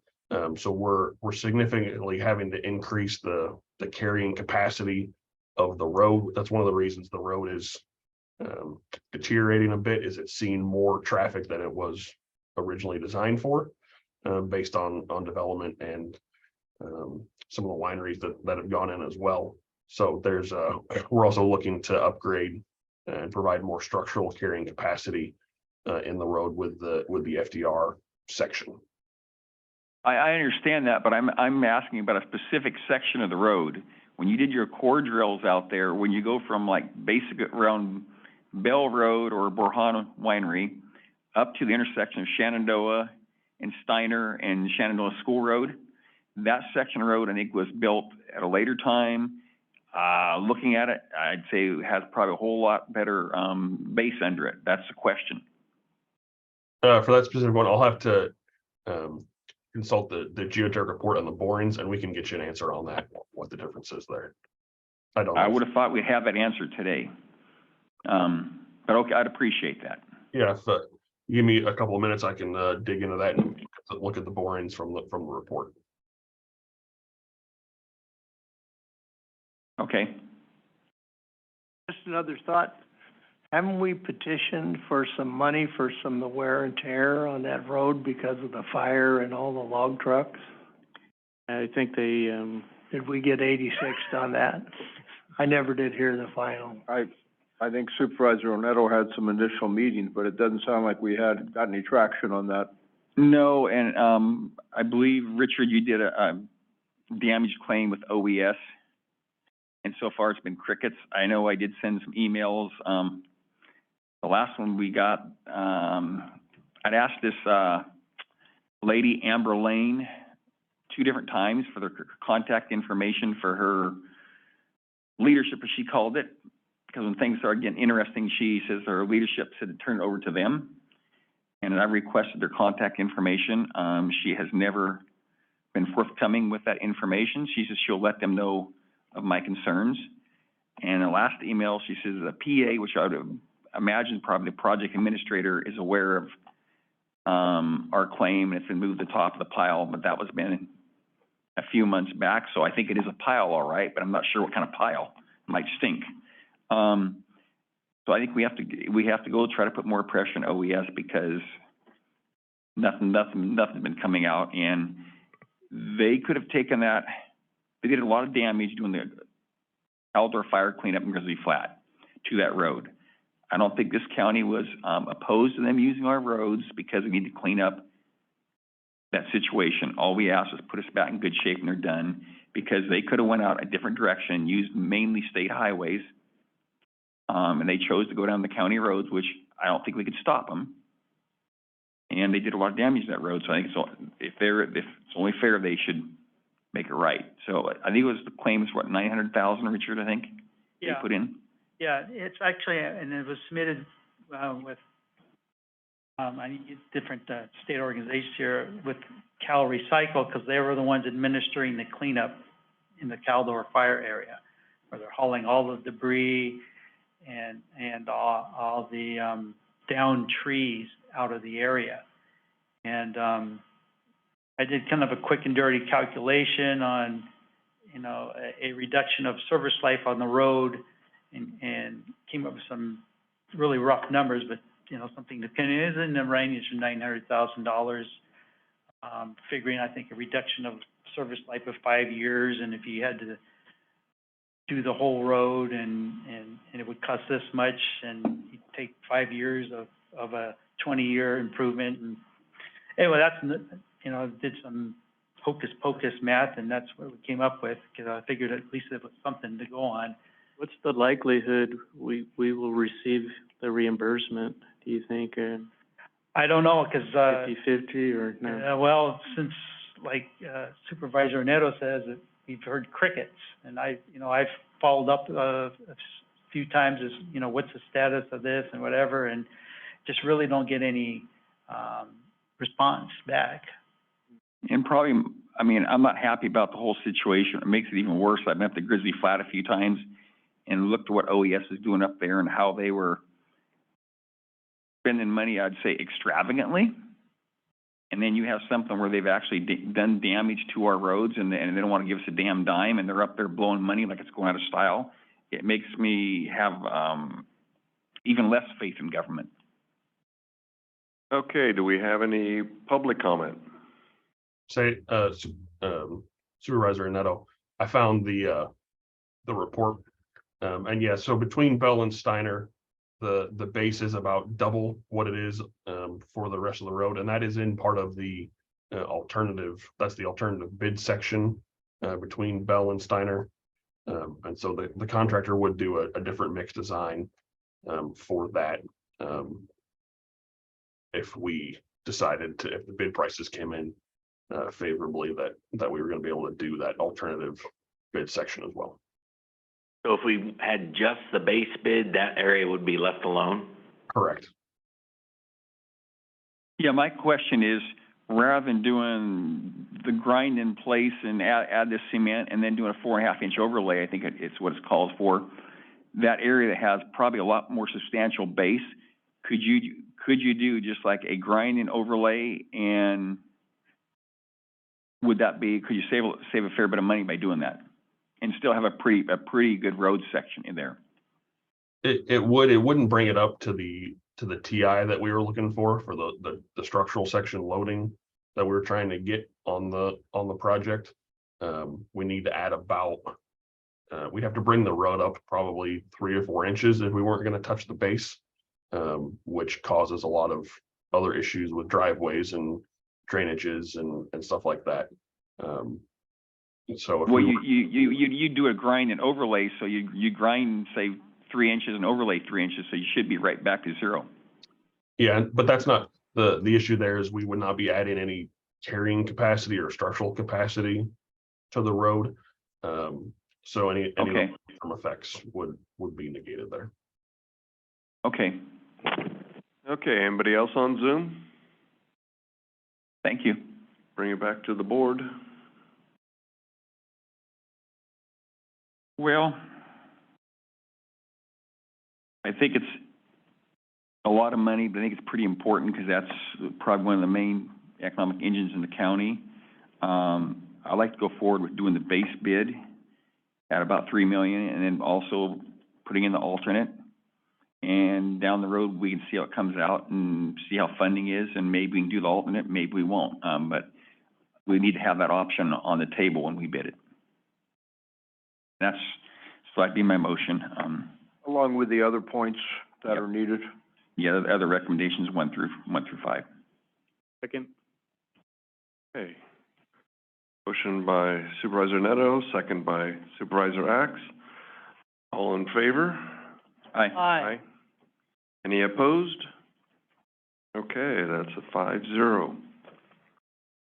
Thank you. Thank you, and thank you for, Rich, your crews of hard work during this past month of dealing with all our storm-related.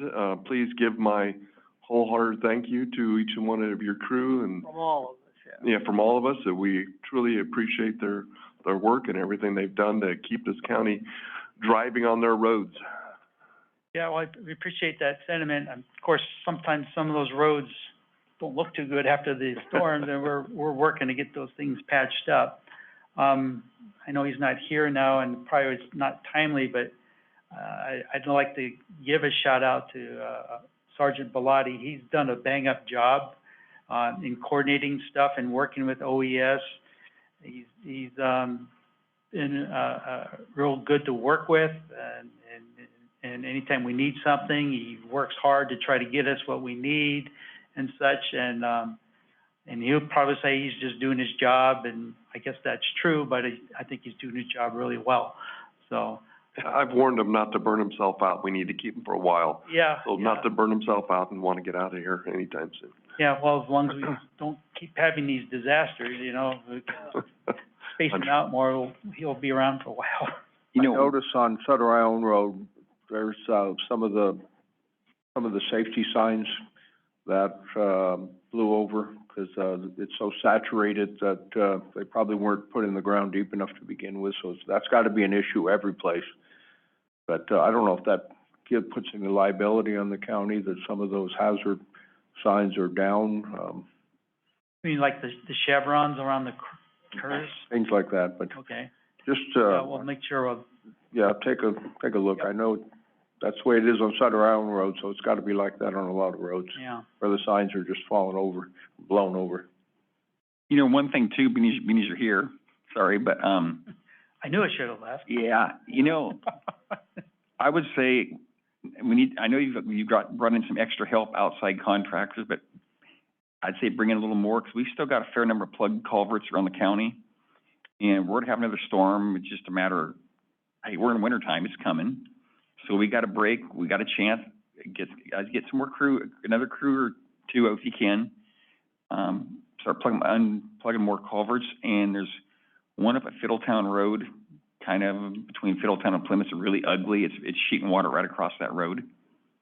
Quite a bit of water.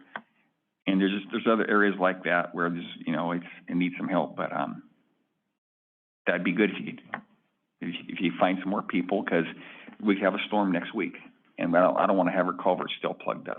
Yeah.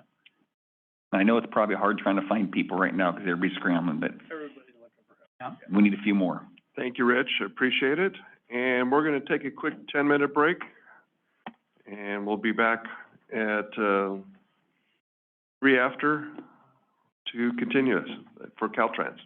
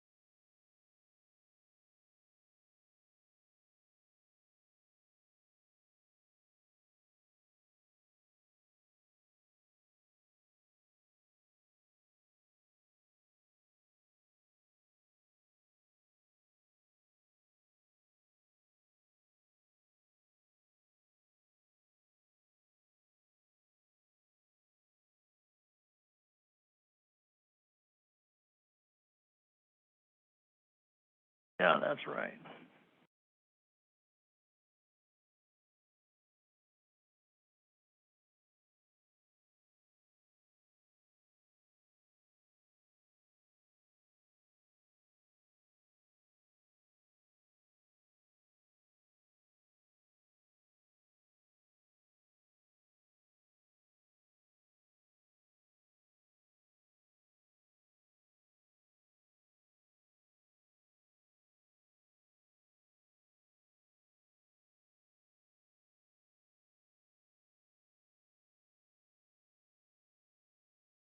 Okay, we'll bring the meeting back to order. Caltrans presentation of California road charge, suggested action, discussion, and possible action.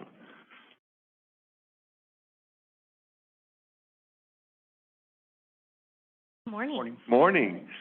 Pleasure to be with you here this morning. My name is Lauren Prohoda, and I'm from the California Department of Transportation, where I head up the road charge program. And I'm joining you this morning just to share some information about not necessarily the near-term problems that you're definitely have your hands full, but something that's coming down the road at us in the long term that we're trying to look ahead and plan for. So I want to kind of give you an overview of that issue, what the state has been working on in terms of potentially addressing it, and how maybe you can be involved as we work on this. Next slide, please. So the majority of our transportation funding in the state comes from gas taxes. It's about 85%. This is state roads, local roads, transit, all the things. We've relied on the gas tax to fund this very important element of government service for over 100 years. But as we're looking into the future, we're seeing that this is not going to be sustainable long-term for a couple of reasons. One, fuel efficiency gains. Our vehicle fleet is getting more fuel efficient, which is fantastic on many levels, both for our individual pocketbooks, for environmental purposes, and all those things.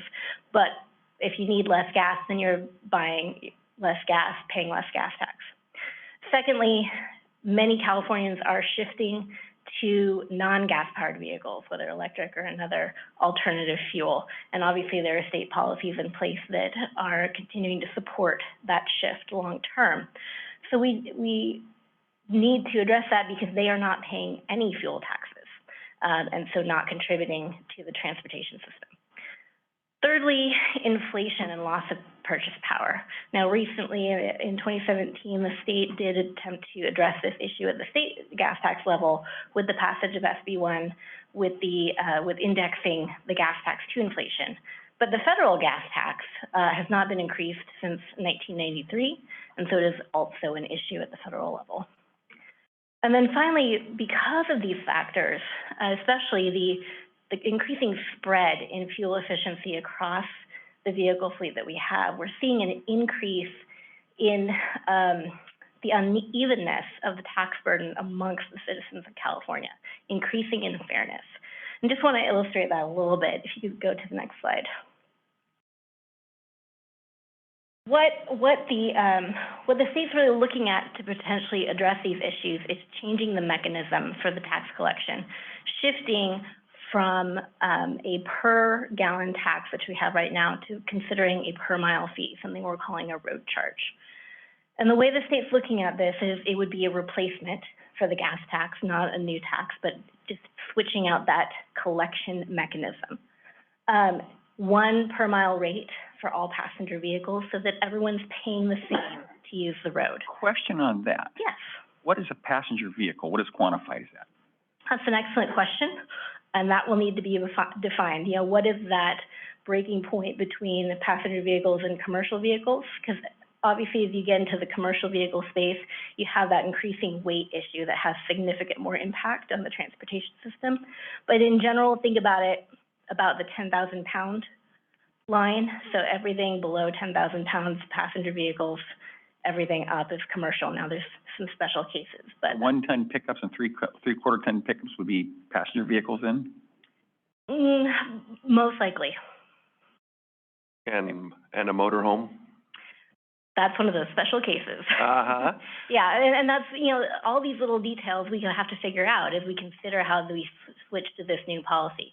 Obviously, an RV is a personal use, but it has that higher weight factor, so we have to figure out how to define those unique cases. It's also the lowest mileage travel trailers and motorhomes, and that's a factor too.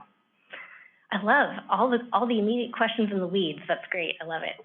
How do you handle motorcycles? Motorcycles would be in that passenger vehicle bucket.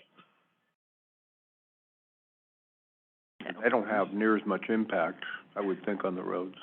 Well, the interesting thing about weight, the impact of weight on our transportation system, is that it's very exponential. It's not necessarily linear.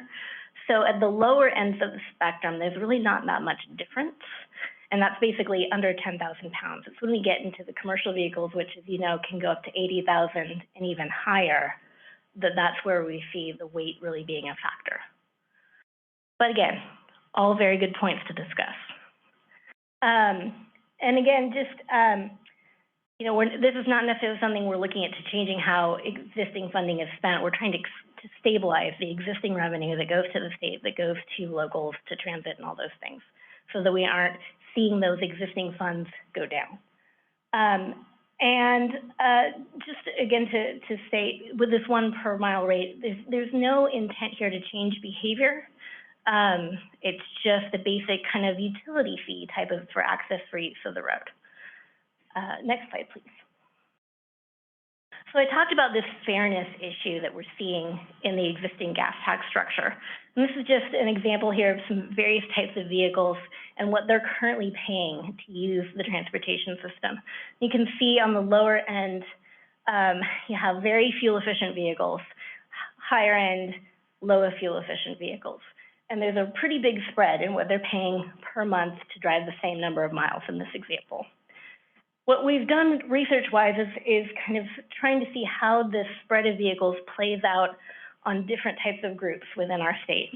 So, for example, on the higher end of this slide, you have folks who tend to live in more rural areas because they tend to drive those less fuel-efficient vehicles. On the lower end, you tend to have people in urban areas because they have more access to or just their way of life supports the shift to the lower fuel efficiency or higher fuel efficiency. Probably true, but one thing maybe people don't think about is probably living in a city is more cost effective and efficient on the planet and yada, yada, yada. But if people want food and they want resources, you have to have people in rural areas that live there and provide those. Mm-hmm. So, I mean, that's why a lot of times people may have pickups and vehicles like that, because they're providing what people need to eat. Exactly. They're needed because of the way of life and the commercial issues and everything in these communities. So that's what the system is looking at today. If you move to the next slide. When I talk about the same per mile fee under a potential road charge system, this is what that looks like, bringing it into, you know, a level playing field. So again, everyone's paying the same to drive the same number of miles, no matter what kind of car they drive. Next slide, please. So basic overview of how this would work. What we envision is a system that has a state oversight agency that would oversee private third-party account managers. These could be any sort of company that is well-versed in account management, has a lot of interaction with the public. So for example, in some of our pilots, we've paired road charge management with something like usage-based insurance or ride sharing. You could do anything that really has that account management already in place. Our next pilot, we're going to be working with a tolling entity because they already have that function. So there's a lot of potential for the private sector to be involved in. They would handle that day-to-day transaction, providing the mileage collection device or option, calculating the road charge, providing the invoice, accepting the tax. And then all that would be sent back to the state is the number of miles and the tax due. Could you back up a second, maybe, Sure. please? Or, you know, that's a pretty interesting slide there. It looks very equitable, but it's not. Because if you have the people that live in the city, understand it's based by usage, and you can have the same issue with as far as miles per gallon. A lot of pickups get a lot better fuel mileage than that, so they're gonna be paying, be better. But the issue is, if you have vehicles in the city, say, maybe the person takes BART, and they only drive their car maybe 125 miles, a month. So that means they're paying $3.20 a month. And a lot of so you're saying they're all driving 1,250 miles. Well, I know a lot of vehicles around here, people are probably driving double or triple that. So that $32 number is gonna be like 64 or 96. Yeah, this is based on the average number of miles Californians drive in a year, but again, average there can be a wide range there. So you'll definitely have some people, because they're driving more, you know, the reality will be different, but it's pulling down that per mile cost. So they're still driving that double distance right now under the gas tax. So instead of $90 on the previous slide, it'd be at $180 they're actually paying right now. And then, you know, on this slide, it would come down to 64. So you're right, there's distance issues, there's lack of options to transit and other things that rural communities deal with. And that's not necessarily going to be fixed by this one policy. They're all, you know, issues that we all are working towards. But, you know, in this particular tool that we're looking to stabilize revenue and to bring a little bit more fairness where we can into the system. But what you should do is have it solve everything. You should almost have it by person, by car or something. Because the thing is, it costs, if you built a brand new road right out here, if you had no cars on it, not one car, over time, it would still fall apart. True. So just having that road available to where there's a person that drives a few miles or a lot of miles, it costs so much money to have that road there. And that's where, so if you have this system, if a person's not driving many miles, they're not gonna pay much money at all. But when they decide they wanna go take a trip somewhere, that road is available for them. But that's also true under our current system of funding. That's true. I didn't say that was good. I'm saying there's a problem there. And you're having electric vehicles, they want to subsidize them or incentivize them, so they're paying zero for quite a while. Right. Well, and that's one of the reasons to be looking at this new mechanism, is because electric vehicles are not contributing in the way that other people are. Then that was by design. Yeah. Okay, okay. I think the incentive for electric vehicles is probably still cheaper to operate them than a gas-powered vehicle. Yeah, and that should be the incentive. And that's the incentive now, or it should And there's be. also a lot of other very useful incentives in terms of federal and state tax credits, access to carpool lanes, which research has shown are very effective in terms of making that decision more than the ongoing cost. We don't have one carpool lane in this whole county. I was just thinking, I know. maybe we should get one. I know, it's in certain areas of the state, but again, that's why you have them more in urban areas where some of those advantages are. So yes, all of those issues play out. So if you go to the next slide, please. Can you, before you go, number 2, so there is a built-in method to get a refund off of the fuel taxes that you pay? Yeah, so. That would require keeping receipts and everything else, No, right? that would be way too burdensome, both for the public and the state. So first off, I will say that the way, you know, the vision is that the gas tax would be sunsetted. Obviously, this has to go through the state legislature. Everything would be debated, right? But again, we're looking at it as a replacement to the gas tax. Now, there would likely be a transition period because we have 34 million passenger vehicles in the state. To transition them all overnight would maybe be a little bit of a lift. So we'd probably have a transition period where we'd have to have both the gas tax and the road charge in place. And that's where that comes in, where the account manager would be able to calculate a credit as part of their billing based on the EPA rating of the vehicle. That's not 100% perfect, but it's pretty good, and it's a lot less burdensome to the taxpayer than keeping receipts, and it's a lot easier to administer.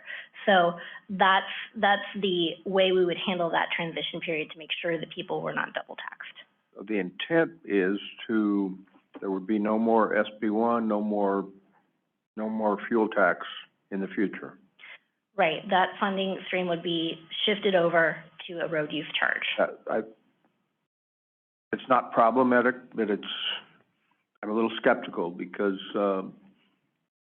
elected people in Sacramento don't like to get rid of any tax.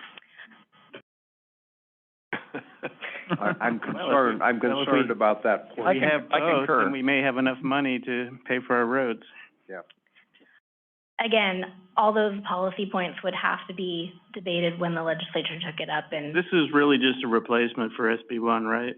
not just SB 1, much more than all of it. Well, what about like the highway use tax, you know, those So taxes? highway use tax is a federal level, so Okay, all right. we can't do much about that. But, Is there a state, there's another state gas tax, weight right? fees, are you thinking? Like heavy highway use tax? So the heavy highway use tax, again, is a federal tax, but we do have Okay. weight fees on commercial vehicles in California. Because we use that in our public works, but in different areas. We don't necessarily use that for pavement, but we use that to fund our staff, our road crews and things like that, which we have a huge need to clear gullies and ditches and do some of the other brushing and that kind of work around here. Yeah, that's primarily funded by state and federal gas taxes. Okay. Weight fees specifically go to financing. But even that's kind of shrinking, the revenue stream from that is. That's, yeah, all of it, I mean, it's already happening. It's not huge yet, but the more people switch to EVs and less fuel efficient vehicles, the increasing impact we're gonna see to our state's revenue as a whole. And again, this is everything. I'm not talking just Caltrans revenue, it's county revenue, it's city revenue, it's transit revenue. So that's why the state is trying to plan ahead. This is gonna happen to the gas tax, right? It's coming, and so we're trying to plan ahead and say, what can we do instead? Now, whether the legislature decides this is the road, but this is where the state has been researching to try and see if this could be another good option. In terms of how the taxpayer interacts with the system, so they would have a choice of how they report their mileage. This choice would range from very low-tech options to very high-tech. There are trade-offs in the choice with each one. Can you explain low-tech? Absolutely. So for example, you could do a third-party odometer read. So something like, imagine a smog check scenario type situation. We don't have some smog checks in the county. Right. I realize it wouldn't exactly be, but I'm just saying, you think of that example of going in, having someone certified check your odometer and report your mileage for you. And that's also a problematic in this county, you know, because we don't have a lot of that capability here. So that's kind of a question, you know, where that could happen. Right. And all of those choices and options need to be built out as we would implement the system. And then a question on that, more than once over the years, I've driven a pickup that the odometer didn't work. And you go buy a copy and go, well, I hope I'm doing about 55. Yeah. Yeah, and each of those unique cases, you're right, has to have a solution. And so that's part of all the work that we're doing. I would say in that scenario, you know, you're not going to be able to utilize the odometer read. You're going to have to choose something else just because of the nature of your vehicle. Or, you know, you could have maybe a fallback option with the DMV or something like that. Well, that, So, you know, we can example. see all these scenarios, because I know, God rest his soul, my father-in-law, he disconnected his odometer because he could only use the truck for ranch. So the rest of the time, he disconnected it, and when he used it for personal time. Yep.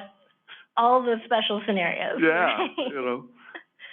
But in general, you know, we would have a range of reporting options, so we could deal with the range of vehicles that we have, the range of unique issues that they have, but even more that the range of individuals' preferences in our society. Some people want the efficiency that high-tech in-vehicle telematics might give them with GPS tracking, and they want that and they value that.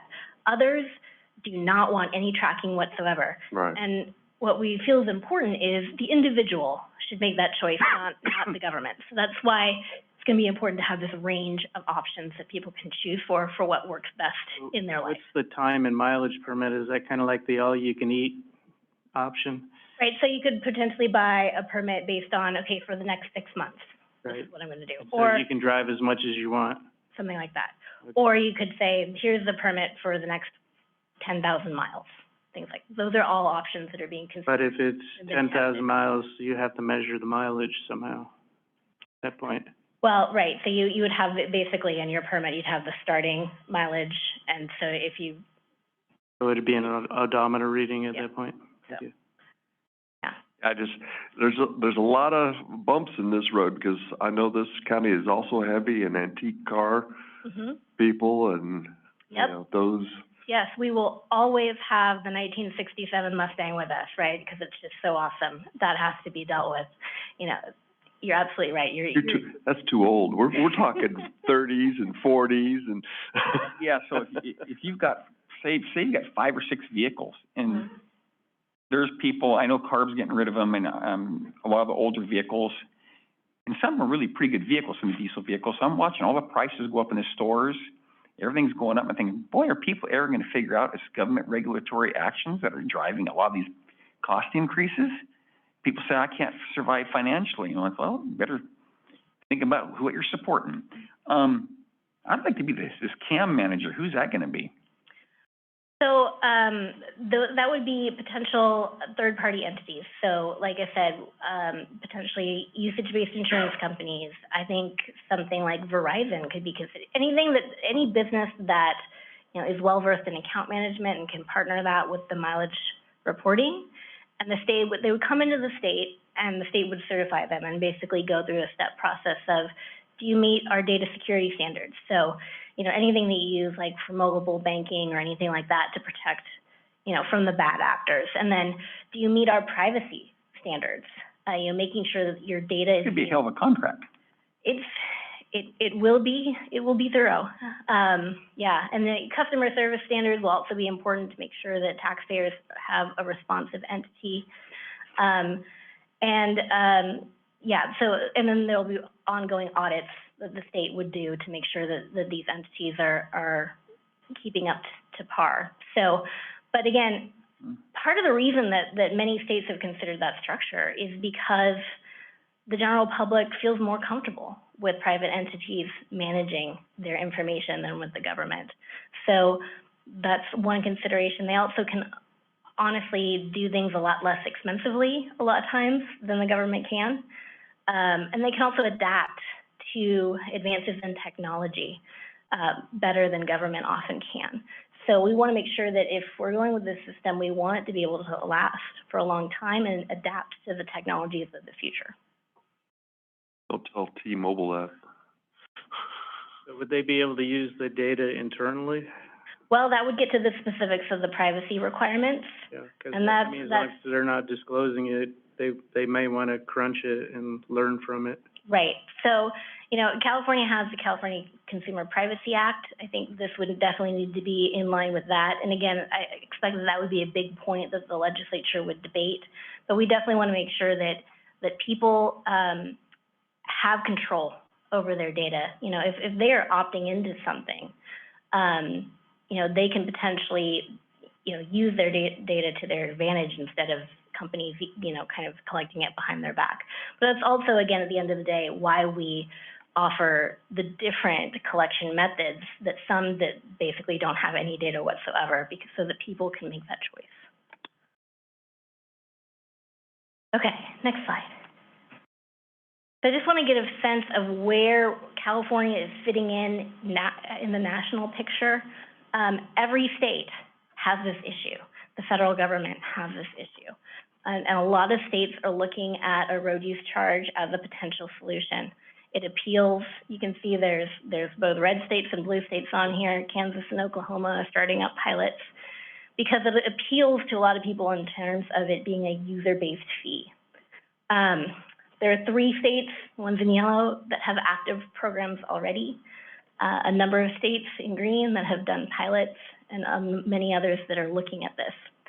The federal government, as part of IIJA last year, included a national road charge pilot that I hope will be starting up this year to look at it as a potential solution for the federal gas tax issues. So there's a lot of momentum around this idea, and a lot of work that we've been doing across states to make sure that we're developing things that work together in terms of interoperability as well. What do you do with visitors, like, Yeah, people that go up that. through, Washington have to go through Oregon, so are they paying any kind of gas tax? Right. Excellent question. So, as I mentioned, we've been working with other states to think about interoperability. And kind of the concept that we've been thinking about is if you're familiar with the International Fuel Tax Agreement, this is the current model that interstate trucking uses to sort out their gas taxes as they go across the states.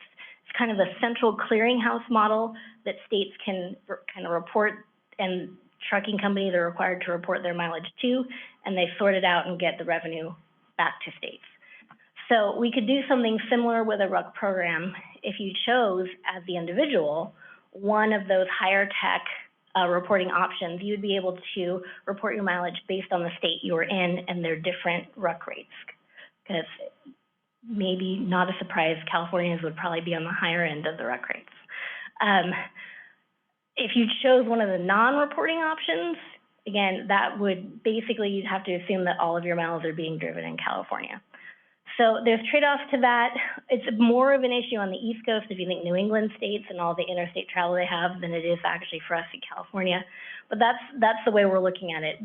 Is it perfect? No, but there's trade-off in the imperfectness across states, as there is right now with the gas tax. I mean, if you think about it, anyone in their right mind fills up their tank before entering California, right? So that's a good 300 miles they're getting on California roads. They didn't pay the California gas tax. So no system is perfect. We're trying to get, as many things as we can out of this, but that's how we're approaching that interstate visitor travel. Okay, next slide, please. So I just want to give you a sense of what California has been doing in terms of studying this. We've done a couple of pilots already. Our first one was in 2017. The legislature directed us to do that through SB 1077, and that was kind of the first big pilot in the U.S. It was 5,000 people statewide, and just kind of tested the general feasibility of the idea, which was found to be very, very probable, very useful, very functional. But it did have some further recommendations coming out of that pilot, which we've been digging into over the last couple of years. We did our second pilot in 2021 to, again, try to test how to make that taxpayer experience really easy. That's where I talked about, we partnered the collection of a road charge with a couple of different business models to see how it could partner. So again, for example, usage-based insurance, you get your monthly insurance bill, and they're already collecting your mileage as part of their business model, so they can just add another line into the bill of, oh, and this is your road charge, and we'll send it to the state for you. You're just paying one bill that you would already be paying. So it makes it very easy for the taxpayer, which is a major goal of ours, to make sure that this isn't burdensome. We're doing one shortly here, which I'm going to dig into in a moment, that's focused on rural communities. And then next year, the legislature again in 2021 passed SB 339, which directed us to do one more pilot and gave us authority to collect actual revenue so we can test the state systems that would need to be operational. Next slide, please. So our next pilot is launching in March. And this pilot is focused specifically on rural and tribal drivers. We want to understand how this system fits in the day-to-day of these communities, because they have unique issues. They have unique ways of life. We want to make sure that we understand how the system might impact, what we might need to mitigate, what are the opportunities, what are the problems. We want to bring the rural and tribal voice to the table as this system is being developed for the legislature to consider. It's an important voice to have. The specifics of this pilot, we are testing one of the collection options on the high-tech end. And the reason for this is we want to kind of understand if there are any benefits to rural drivers in having very precise location data involved. For example, for farmers driving on his private frontage road right next to the public highway, in one scenario, he should be charged a road charge, and the other, he should not. Right now, under the gas tax, there's really no way to differentiate from that. So people who have extensive private property, There are some state processes where you can request refunds, but we don't know how much people are actually accessing that. And it can be a little bit clunky, as state systems sometimes are. So, you know, we want to see if there are advantages in rural communities specifically engaging in these high-tech reporting options. The answer may be no. The answer may be yes. The answer may be sometimes. We don't know, but we want to engage with folks to figure that out and to understand what people's priorities are. Next slide, please. Some of the questions we want to engage with the rural community is just what are the impacts in some unique scenarios? So, yeah, I talked about the potential for lowering taxes because, you know, they tend to drive less fuel efficient vehicles, bringing it down from that $90 a month to $32. That potential is there. Potential to talk about, you know, leveling out some volatility. If we think about moving diesel taxes into a road charge, you know, we have in the state a diesel excise tax that does not change if the price of gas changes, but we also have a diesel sales tax on top of that, and that will change if the price of gas spikes like it has in the past year. And so that adds volatility to business expectations and things like that. So what are the considerations of that? Is it a good thing? Is it a bad thing? Have that conversation. Like I said, potential to avoid charges on private property. How does it impact bulk fuel, dyed diesel, all of these things, and probably many more questions that I, of course, have not come up with because I do not know everything. So, you know, trying to see, okay, live with this a little bit and tell us what you think. Tell us what the problems are. Tell us what the good things are. All that stuff. Next slide, please. So, like I said, this pilot is starting in March. We're recruiting right now. We would love to get help in spreading the word because we want rural voices from all over the state to be participating and giving us our feedback and helping us to shape this.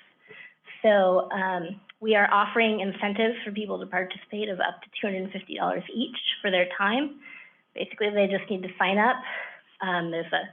We'll be using a plug-in device in this pilot that goes into your OBD2 port.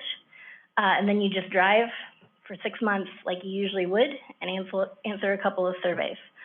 So What port is that?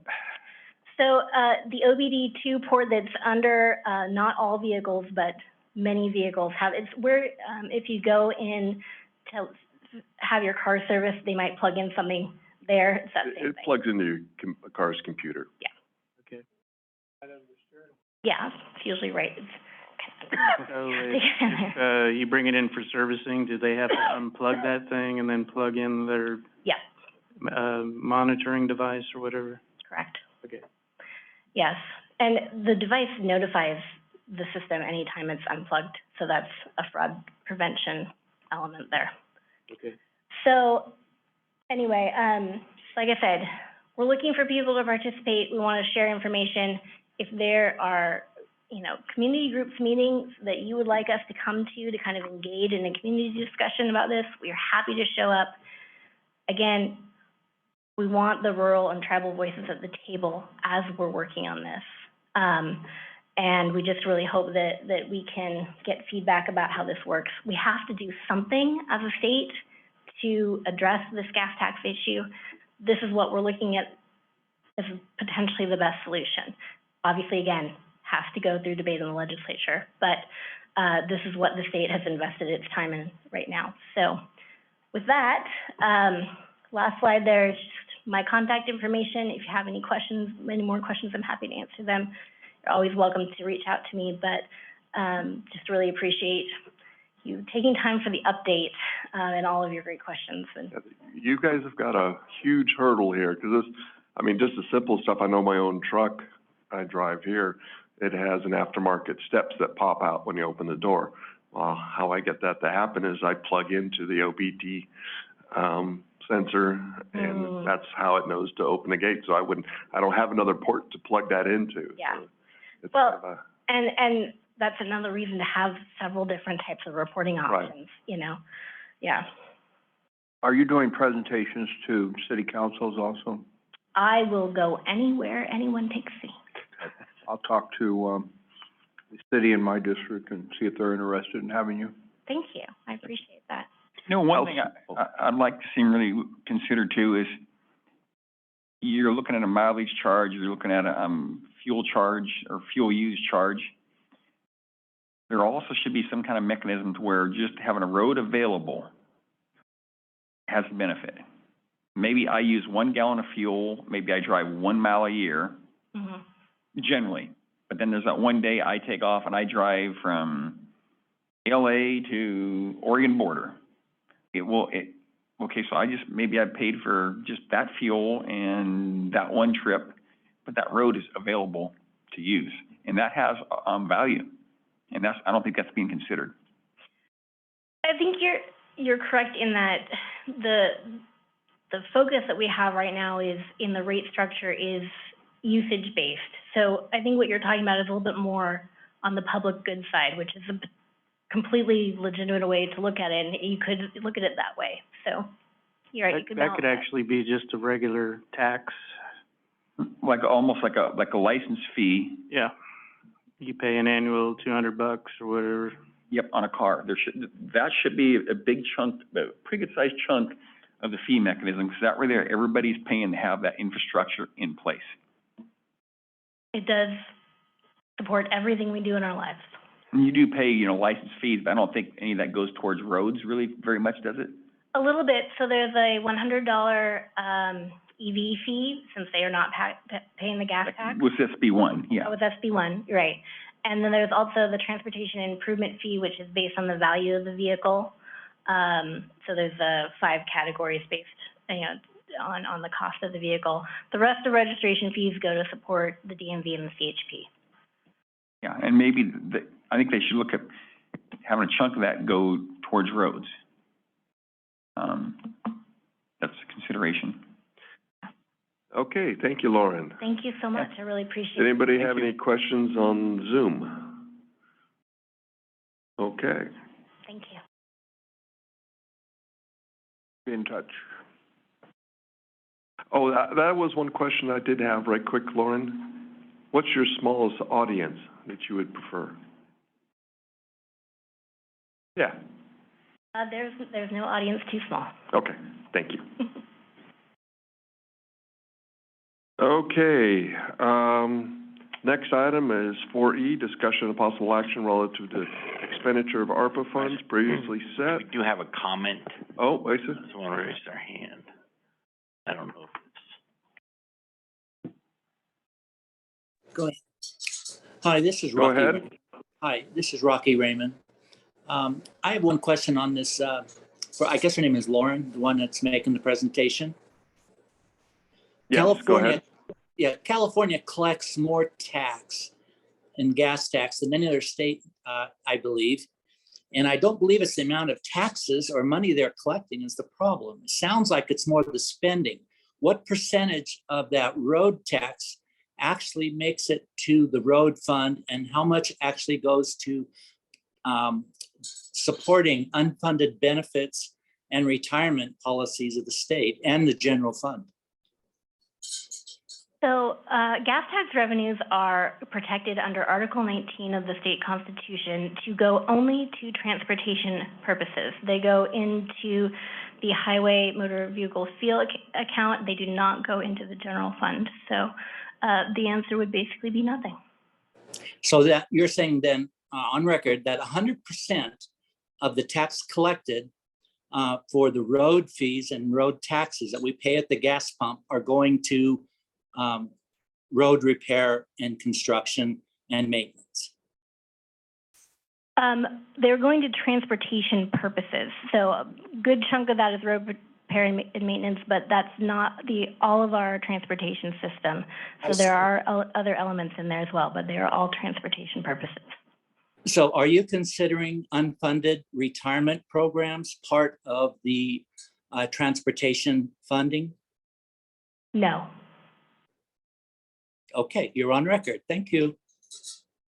You're most welcome. Just adding on to that, didn't the governor take some of the SB1 money and put it into climate change type programs? No. I'm pretty sure he did. Well, I'd have to understand what you were specifically talking about, because I regret, I don't know every project off the top of my head in the state, but, in general, these are pretty locked in under state, Article 19 of the Constitution. I mean, you're go through detail of that, but, certainly in terms of all of our projects at Caltrans, we do have, you know, various requirements on us by state law, as everyone does, in terms of getting permits from Fish and Wildlife and all of those things, and making sure that we are doing projects in an environmentally responsible way. But that's just part of what we do. Thank you. Thank you. So as I went along here, we went to 4E, discussion of possible action relative to the expenditure of ARPA funds previously set aside by Board of Supervisors for water and sewer related infrastructure. There's more to it, but I must recuse myself because I'm the chair of First Mesa Meadow Water Association, so I'm going to our vice chair. Okay, well, thank you, Jeff.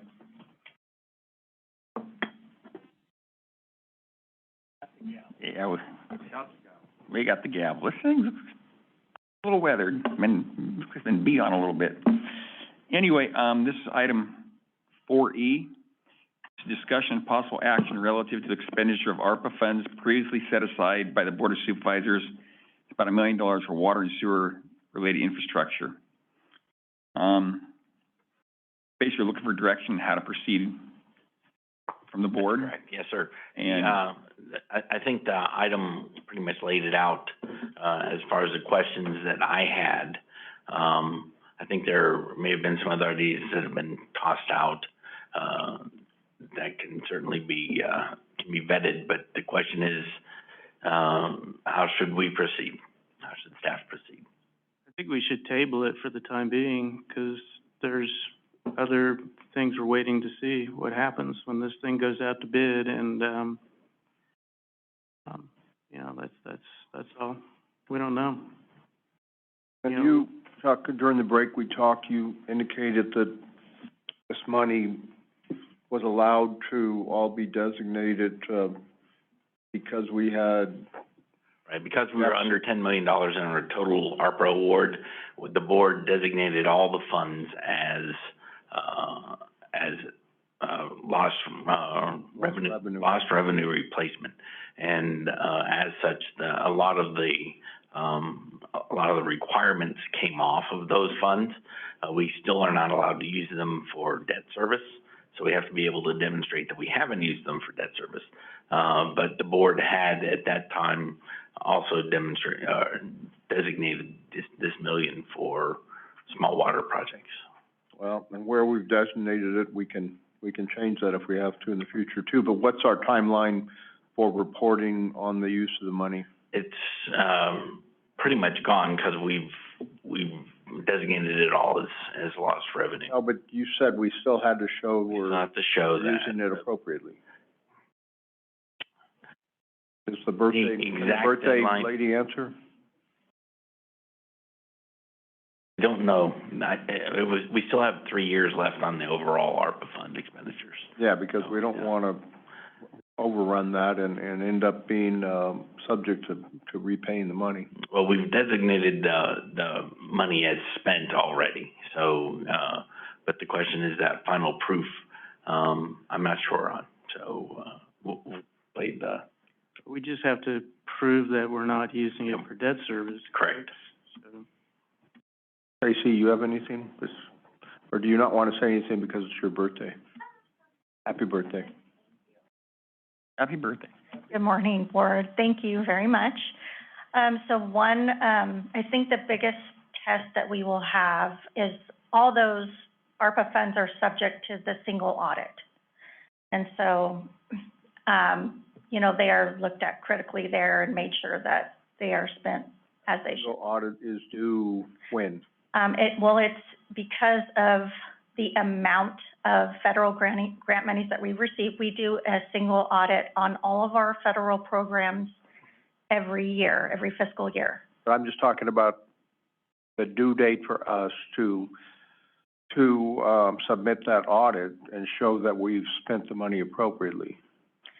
Well, for the single audit, it's on an annual basis, based on what we spent during, say, fiscal 21-22 or 22-23. I'm not sure, I don't think there's an overall, I mean, the federal government can kind of do what they want to do, but as far as I'm aware, I don't think there's an overall look by the feds that they're going to come in and audit this information again.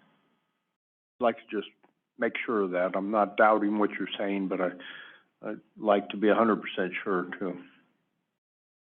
Yeah, we will double check.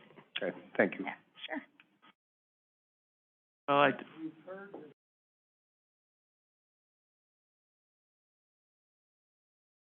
Never asked for a formal request from anybody, right? Correct. We've heard from a number. But we don't know whether they want $5 million worth or it's $850,000. I think most of the people the small water systems know what we have reserved, and I've talked to a number of them and indicated probably projects in the neighborhood of $100,000 to $200,000. Two might be stretching it. Yeah, well, it would need to be good, and I think I use that. It maybe needs to be a good project. Maybe So should we get that on paper with, see how many requests we have? I mean, start with that. Well, yeah, sure, we can.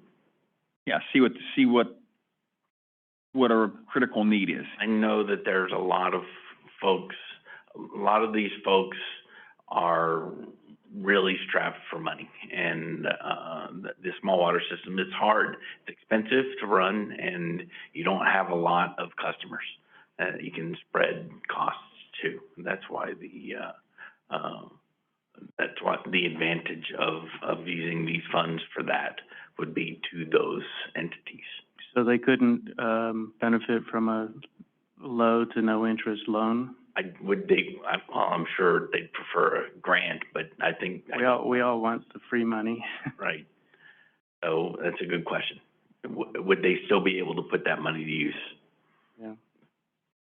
You know, something else that I got thinking about too is, been in the public works for quite a while, and I know the condition of a lot of equipment up there, and, you know, we've been limping along for a lot of years, and we've also got CARB starting to breathe down our necks on wanting newer equipment, and, you know, like they're saying, just some of the backhoes up there in the 80s, and I was thinking I'd like to get a little chunk of it to put towards public works to, help out with some of that equipment. It's like these storms we had, I think if they had a skid steer, it'd be an invaluable piece of equipment up there because they're very adaptable, mobile. I mean, we had trees down all over the place. I think a skid steer is just wonderful for moving trees, and they're a pretty handy little piece of equipment. I think we should have a limit on the amount that goes to each, entity. So there should be a cap and probably no more than one request beyond, or there's just not enough money otherwise. And as far as the committee, I would say the chair and vice chair, but since the chair is conflicted out on this, maybe the vice chair and one other member of the board to review the requests. Probably shouldn't be on that committee. No, I think you're right. So I think you three are gonna have to draw straws for the one other one.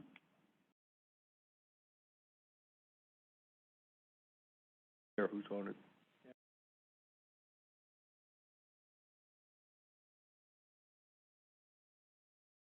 Good? Yeah. Okay. Okay, so then it'd be the, chair, myself, so it'd be Pat Crew and myself then.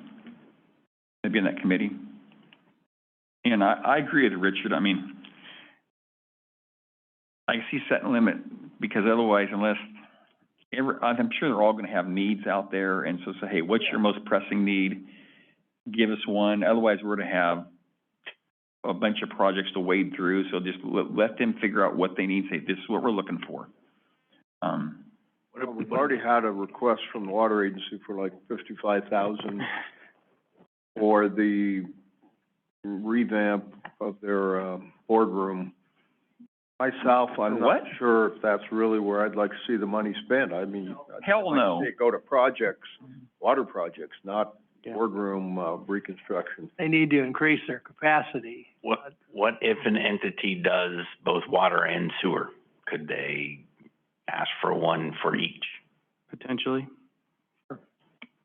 Yeah, not saying they'll get to, But maybe we should, grant them some and then loan them the rest. That way, you know, that money goes a lot further.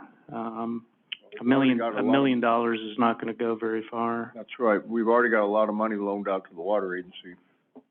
Yeah, but some of these smaller ones, also, what about Pine Grove Community Services District and the new fire station? Do they need to, enhance capacity at all Not for water and, preliminary meeting, and wastewater? not for water, for sure. Wastewater is still a question mark. Yeah, I mean, it's kind of like maybe 2 houses worth of capacity. I don't know, just guessing. It's not a supermarket. But, we should double check and make sure that that's not an issue that needs to be paid for. and I do, what Frank said earlier, I think has some merit as far as, you know, we're looking at, basically the water, sewage districts, and then we're also maybe some money for some equipment up there at the Public Works, but there's also a question of, that Shenandoah Road project. There might be some other pots we could work on there. So yeah, we probably shouldn't get in a great big hurry, but maybe have to get the committee, look what's available, and go from there. Also, you know, at this time, I guess we probably have some members of the public that'd like to comment, and if you're listening to Zoom, now's your time. Please, hands raised. Hi, this is Rocky Rayner with the River Pines Public Utility District. We have some generators that we use on our lift stations, and we're right on the river. And if we've had some problems with the age of our generators, and right now we are actually renting one of the backup generators on one of our pump stations. Because of the age, our generators were put in the 1980s, and we need to replace them. But as a small district with only 215 customers, some of those funds are a little bit difficult, and that would we would like some help from some of that money that's available for exactly this purpose, for a water and sewer district. We just want to make sure that, you know, we're taking into account here. One of the problems with our lift stations, because we're right on the river, is that we're regulated by the state. And if we don't have a generator that functions on one of our lift stations and it fails, that's $1,000 a gallon fine from the state, which would far outweigh the damage to our district and the amount of money that would have to come back to the county to borrow to help pay for those costs. It's much better for the environment and for the district if we had those funds available, so it actually replace the generator that right now we have a rented generator at that one location, and the other one is just as old at our other lift station. So, you know, we just want to be sure that we're in the running for some of that. And if there's any other application or information that you need, we'd be happy to provide it. Thank you.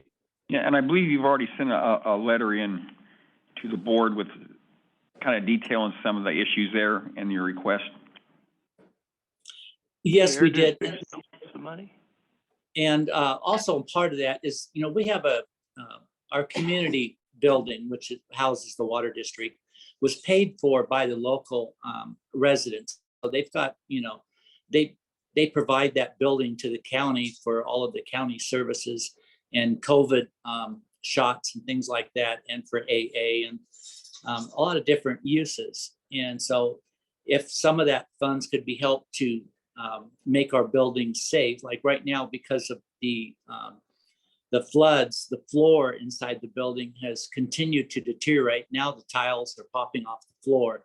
I heard someone say that they don't want to use it for buildings, but our building is used for more than just AA meetings and board meetings. It's used as a warming and cooling station when the power goes out, which it happens to do quite often up here in River Pines. And so, you know, our backup generator on the building provides those, the ability for us to provide that service to the community and for the community, other community meetings that the county provides up here. And right now, it's the floor is becoming unsafe because the building flooded, underneath the building flooded during those water. You know, Rocky, that might be something you could put before FEMA. Maybe it might be possible FEMA damage, possibly. Worth looking at. Yeah, the general manager is pursuing that, but we kind of got the impression that the county is going to be taking all those funds and not necessarily distributing them out to some of the actual damage that happened. I don't know, but right now we're a little bit concerned. No, that wouldn't be correct. That wouldn't be correct, Rocky.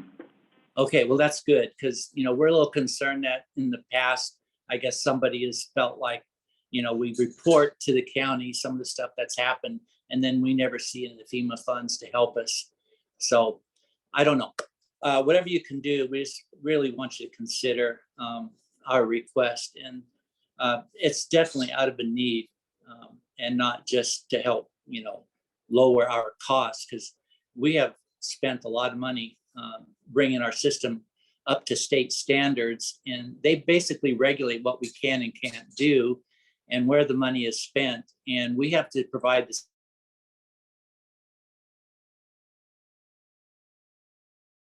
luxury of a lot of people in the system. We only have 215 that have to pay for a system that's as good as the city of Sacramento provides their people. And so we don't have that luxury. And we also are a state recognized severely disadvantaged community. As you know, River Pines does have it's kind of a low income community. And it's a little bit tough to raise much more money here locally to pay for the state requirements. Did we get a formal request from them at this time, Chuck? Yes, we did. With amounts and what they want to use it for? Yes. Was all this listed on it? I don't remember. I believe it was. Okay.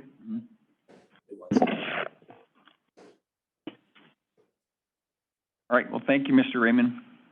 Thank you. Any other members of the public?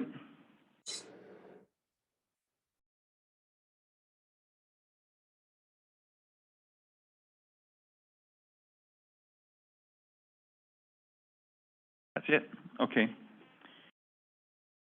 Well, at this time, I guess we've had some input from the board. So it seems like it'll probably be a committee with Pat and I on it. And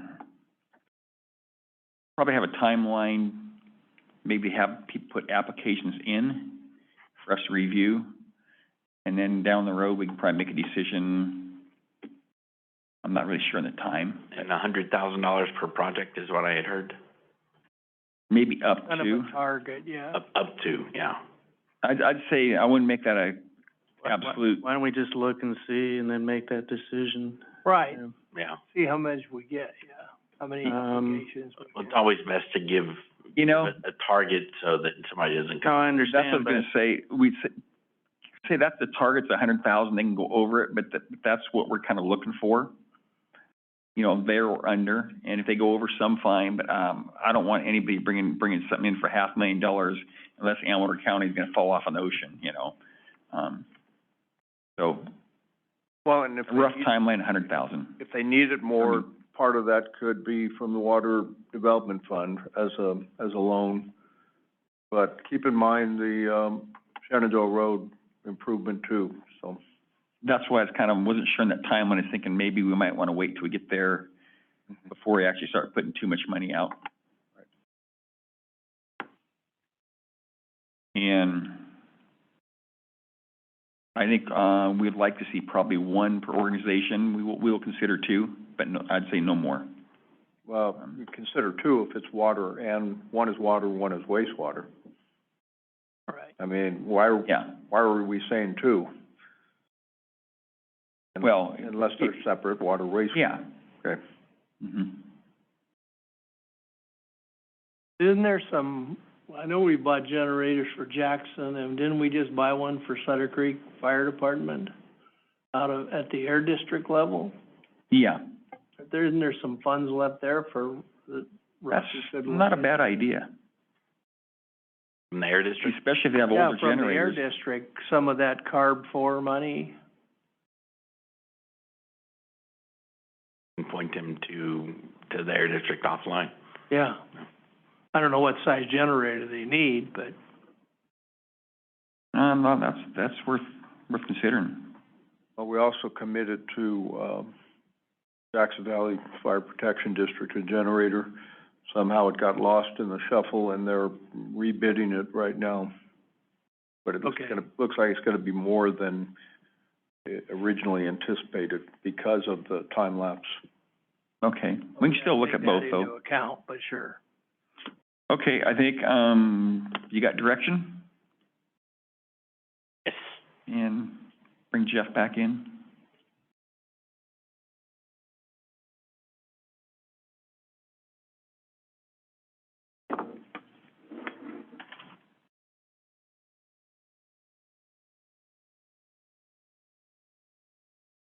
I don't know if anybody heard, but it's Stacy's birthday today. Happy birthday. Yeah. Thank you. Yeah, what a great birthday present to come see all you fabulous folks today. Right, okay, we'll Yeah. get back to you on that. Okay. What do you want? 29 again, Casey? What was- 29 again? What was that? 29? Oh, yep, I'm going with that. That was the reason I didn't want to put the date out this morning for the young lady. Number 4F, establishment of a leased assets policy, suggested action, adoption of the county leased asset policy. Casey. I know, we are here today to discuss with you one of our favorite topics, GASB 87, I'm just kidding. But it has had quite an impact in multiple ways on Amador County and now in terms of our HHS lease and other leases, and now in terms of how much it's impacted our financial reporting requirements. So, we are here today to request that the county establish a leased assets policy in order to help mitigate the impacts of implementing GASB 87 regarding leases. Creating a policy and establishing materiality thresholds will help reduce staff time tremendously, as we will only have to report for the current year 8 out of our 78 current leases that are subject to the requirements of GASB 87. And it would also reduce our vendor costs as they are holding our lease data and all of our contracts. So it would really, it's been suggested by my peers and government professional organizations to set a policy, set materiality thresholds so that we can lessen the impact to staff and our reporting. And most counties have created this separate policy, and they've made the threshold higher than their capital assets policy. So currently, right now, our capital assets policy is anything that's over $5,000 has to be capitalized. But in regards to these leases, looking at them, besides the HHS building and a few other leases, most of them are airport hangar leases. And we're talking, some of them are more, but $50 to $75 a month. And overall, we've deemed that they really aren't material, that we have to separate them out on the financial statements and do special reporting for them. And our auditors agree that a level of $10,000 for the leases policy would be reasonable. This is so far how we've proceeded with the audit, because time has just moved along like crazy. And I feel comfortable, I have to tell you that even at our county auditors annual or our fall meeting. There's a lady there from GASB who's on the GASB board and is part of making these pronouncements. And she said, if I were you, I'd use, even though setting a materiality threshold is not part of what GASB does, it's not part of their arena, which she clarified. She said that if it was her implementing this, she would use the heck out of materiality just to help. It's onerous. I mean, we do have, we actually had 110 leases to go through for our county. And we determined that 78 fall under the rules. So having a materiality threshold that's a little higher than our fixed asset threshold really takes a chunk of the burden. But our external auditors are very conservative and they are in favor of this. Could you have that materiality threshold a little higher even? I looked at that, but I think it would only leave us with 3. And it just seemed like doubling the fixed asset threshold was probably enough, and we felt comfortable. Okay. It's something we can consider in the future, changing again, but this initially really helps. Do you have any questions? How do large counties handle this? Because let's say like LA County, they have to have thousands of leases. They would do it the same way, like a 10,000 materiality threshold? Well, likely their fixed asset threshold is already at 25 or 50,000, and so they're going to have a much higher threshold. I didn't specifically talk to someone in LA, but that would be, their capital asset threshold is much higher. And I was wondering on the 10,000, is that even high enough? Yeah, I think Brian had asked that. It looks to me that it's the most reasonable for our purposes. We're not trying to avoid implementing this, but we're trying to make sure that we capture what we think is material. You happen to know roughly what the leases are running that, or they're not going to fall under the materiality amount? Those others, what, 7, I think it was? Or 8?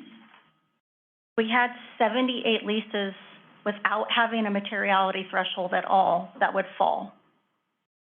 What are the 8, what's the lower ones? I mean, are they? There are a few, I think airport, is there a few hangars, because some are like 30 years.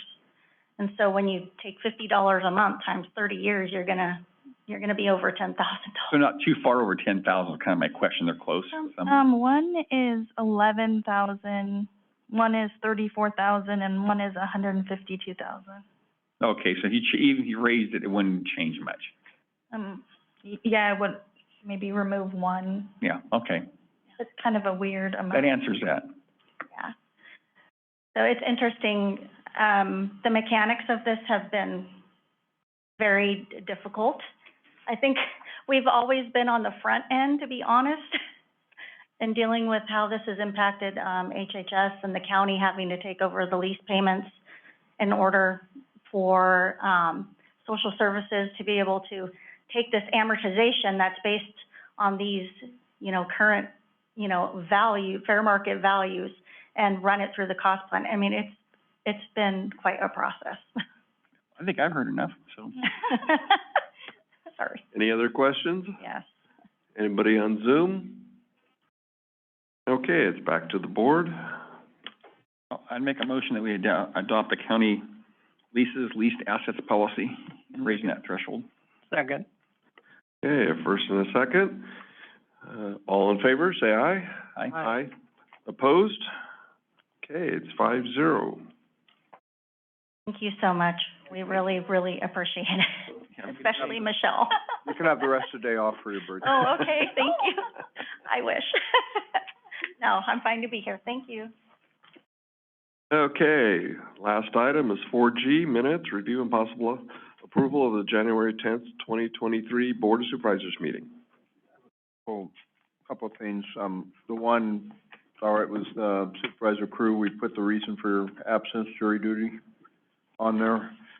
I have a couple minor corrections, but on page 4, under the motion, wouldn't it have been, $1 million, fourth line, $1 million for the 22-23, and 1 million for the 23-24, and then 1.5 for 24-25? There were 3 years involved. 2 of those years were set at 1 million. For that social services item that we're This talking. is for the Chabot Las Positas Community College District Right. contract. I think that's correct. I think it was 1, 1, and 1.25. Yeah, so I think in the motion, it should include in 23-24 million for 23-24. I think that's right, yeah. Yeah. And then I have a couple other minor changes. I would move approval with those changes. Second? Okay, Forrester and Neto, vote, go ahead. All in favor? Aye. Aye. Opposed? 5-0. And with that, this meeting is adjourned.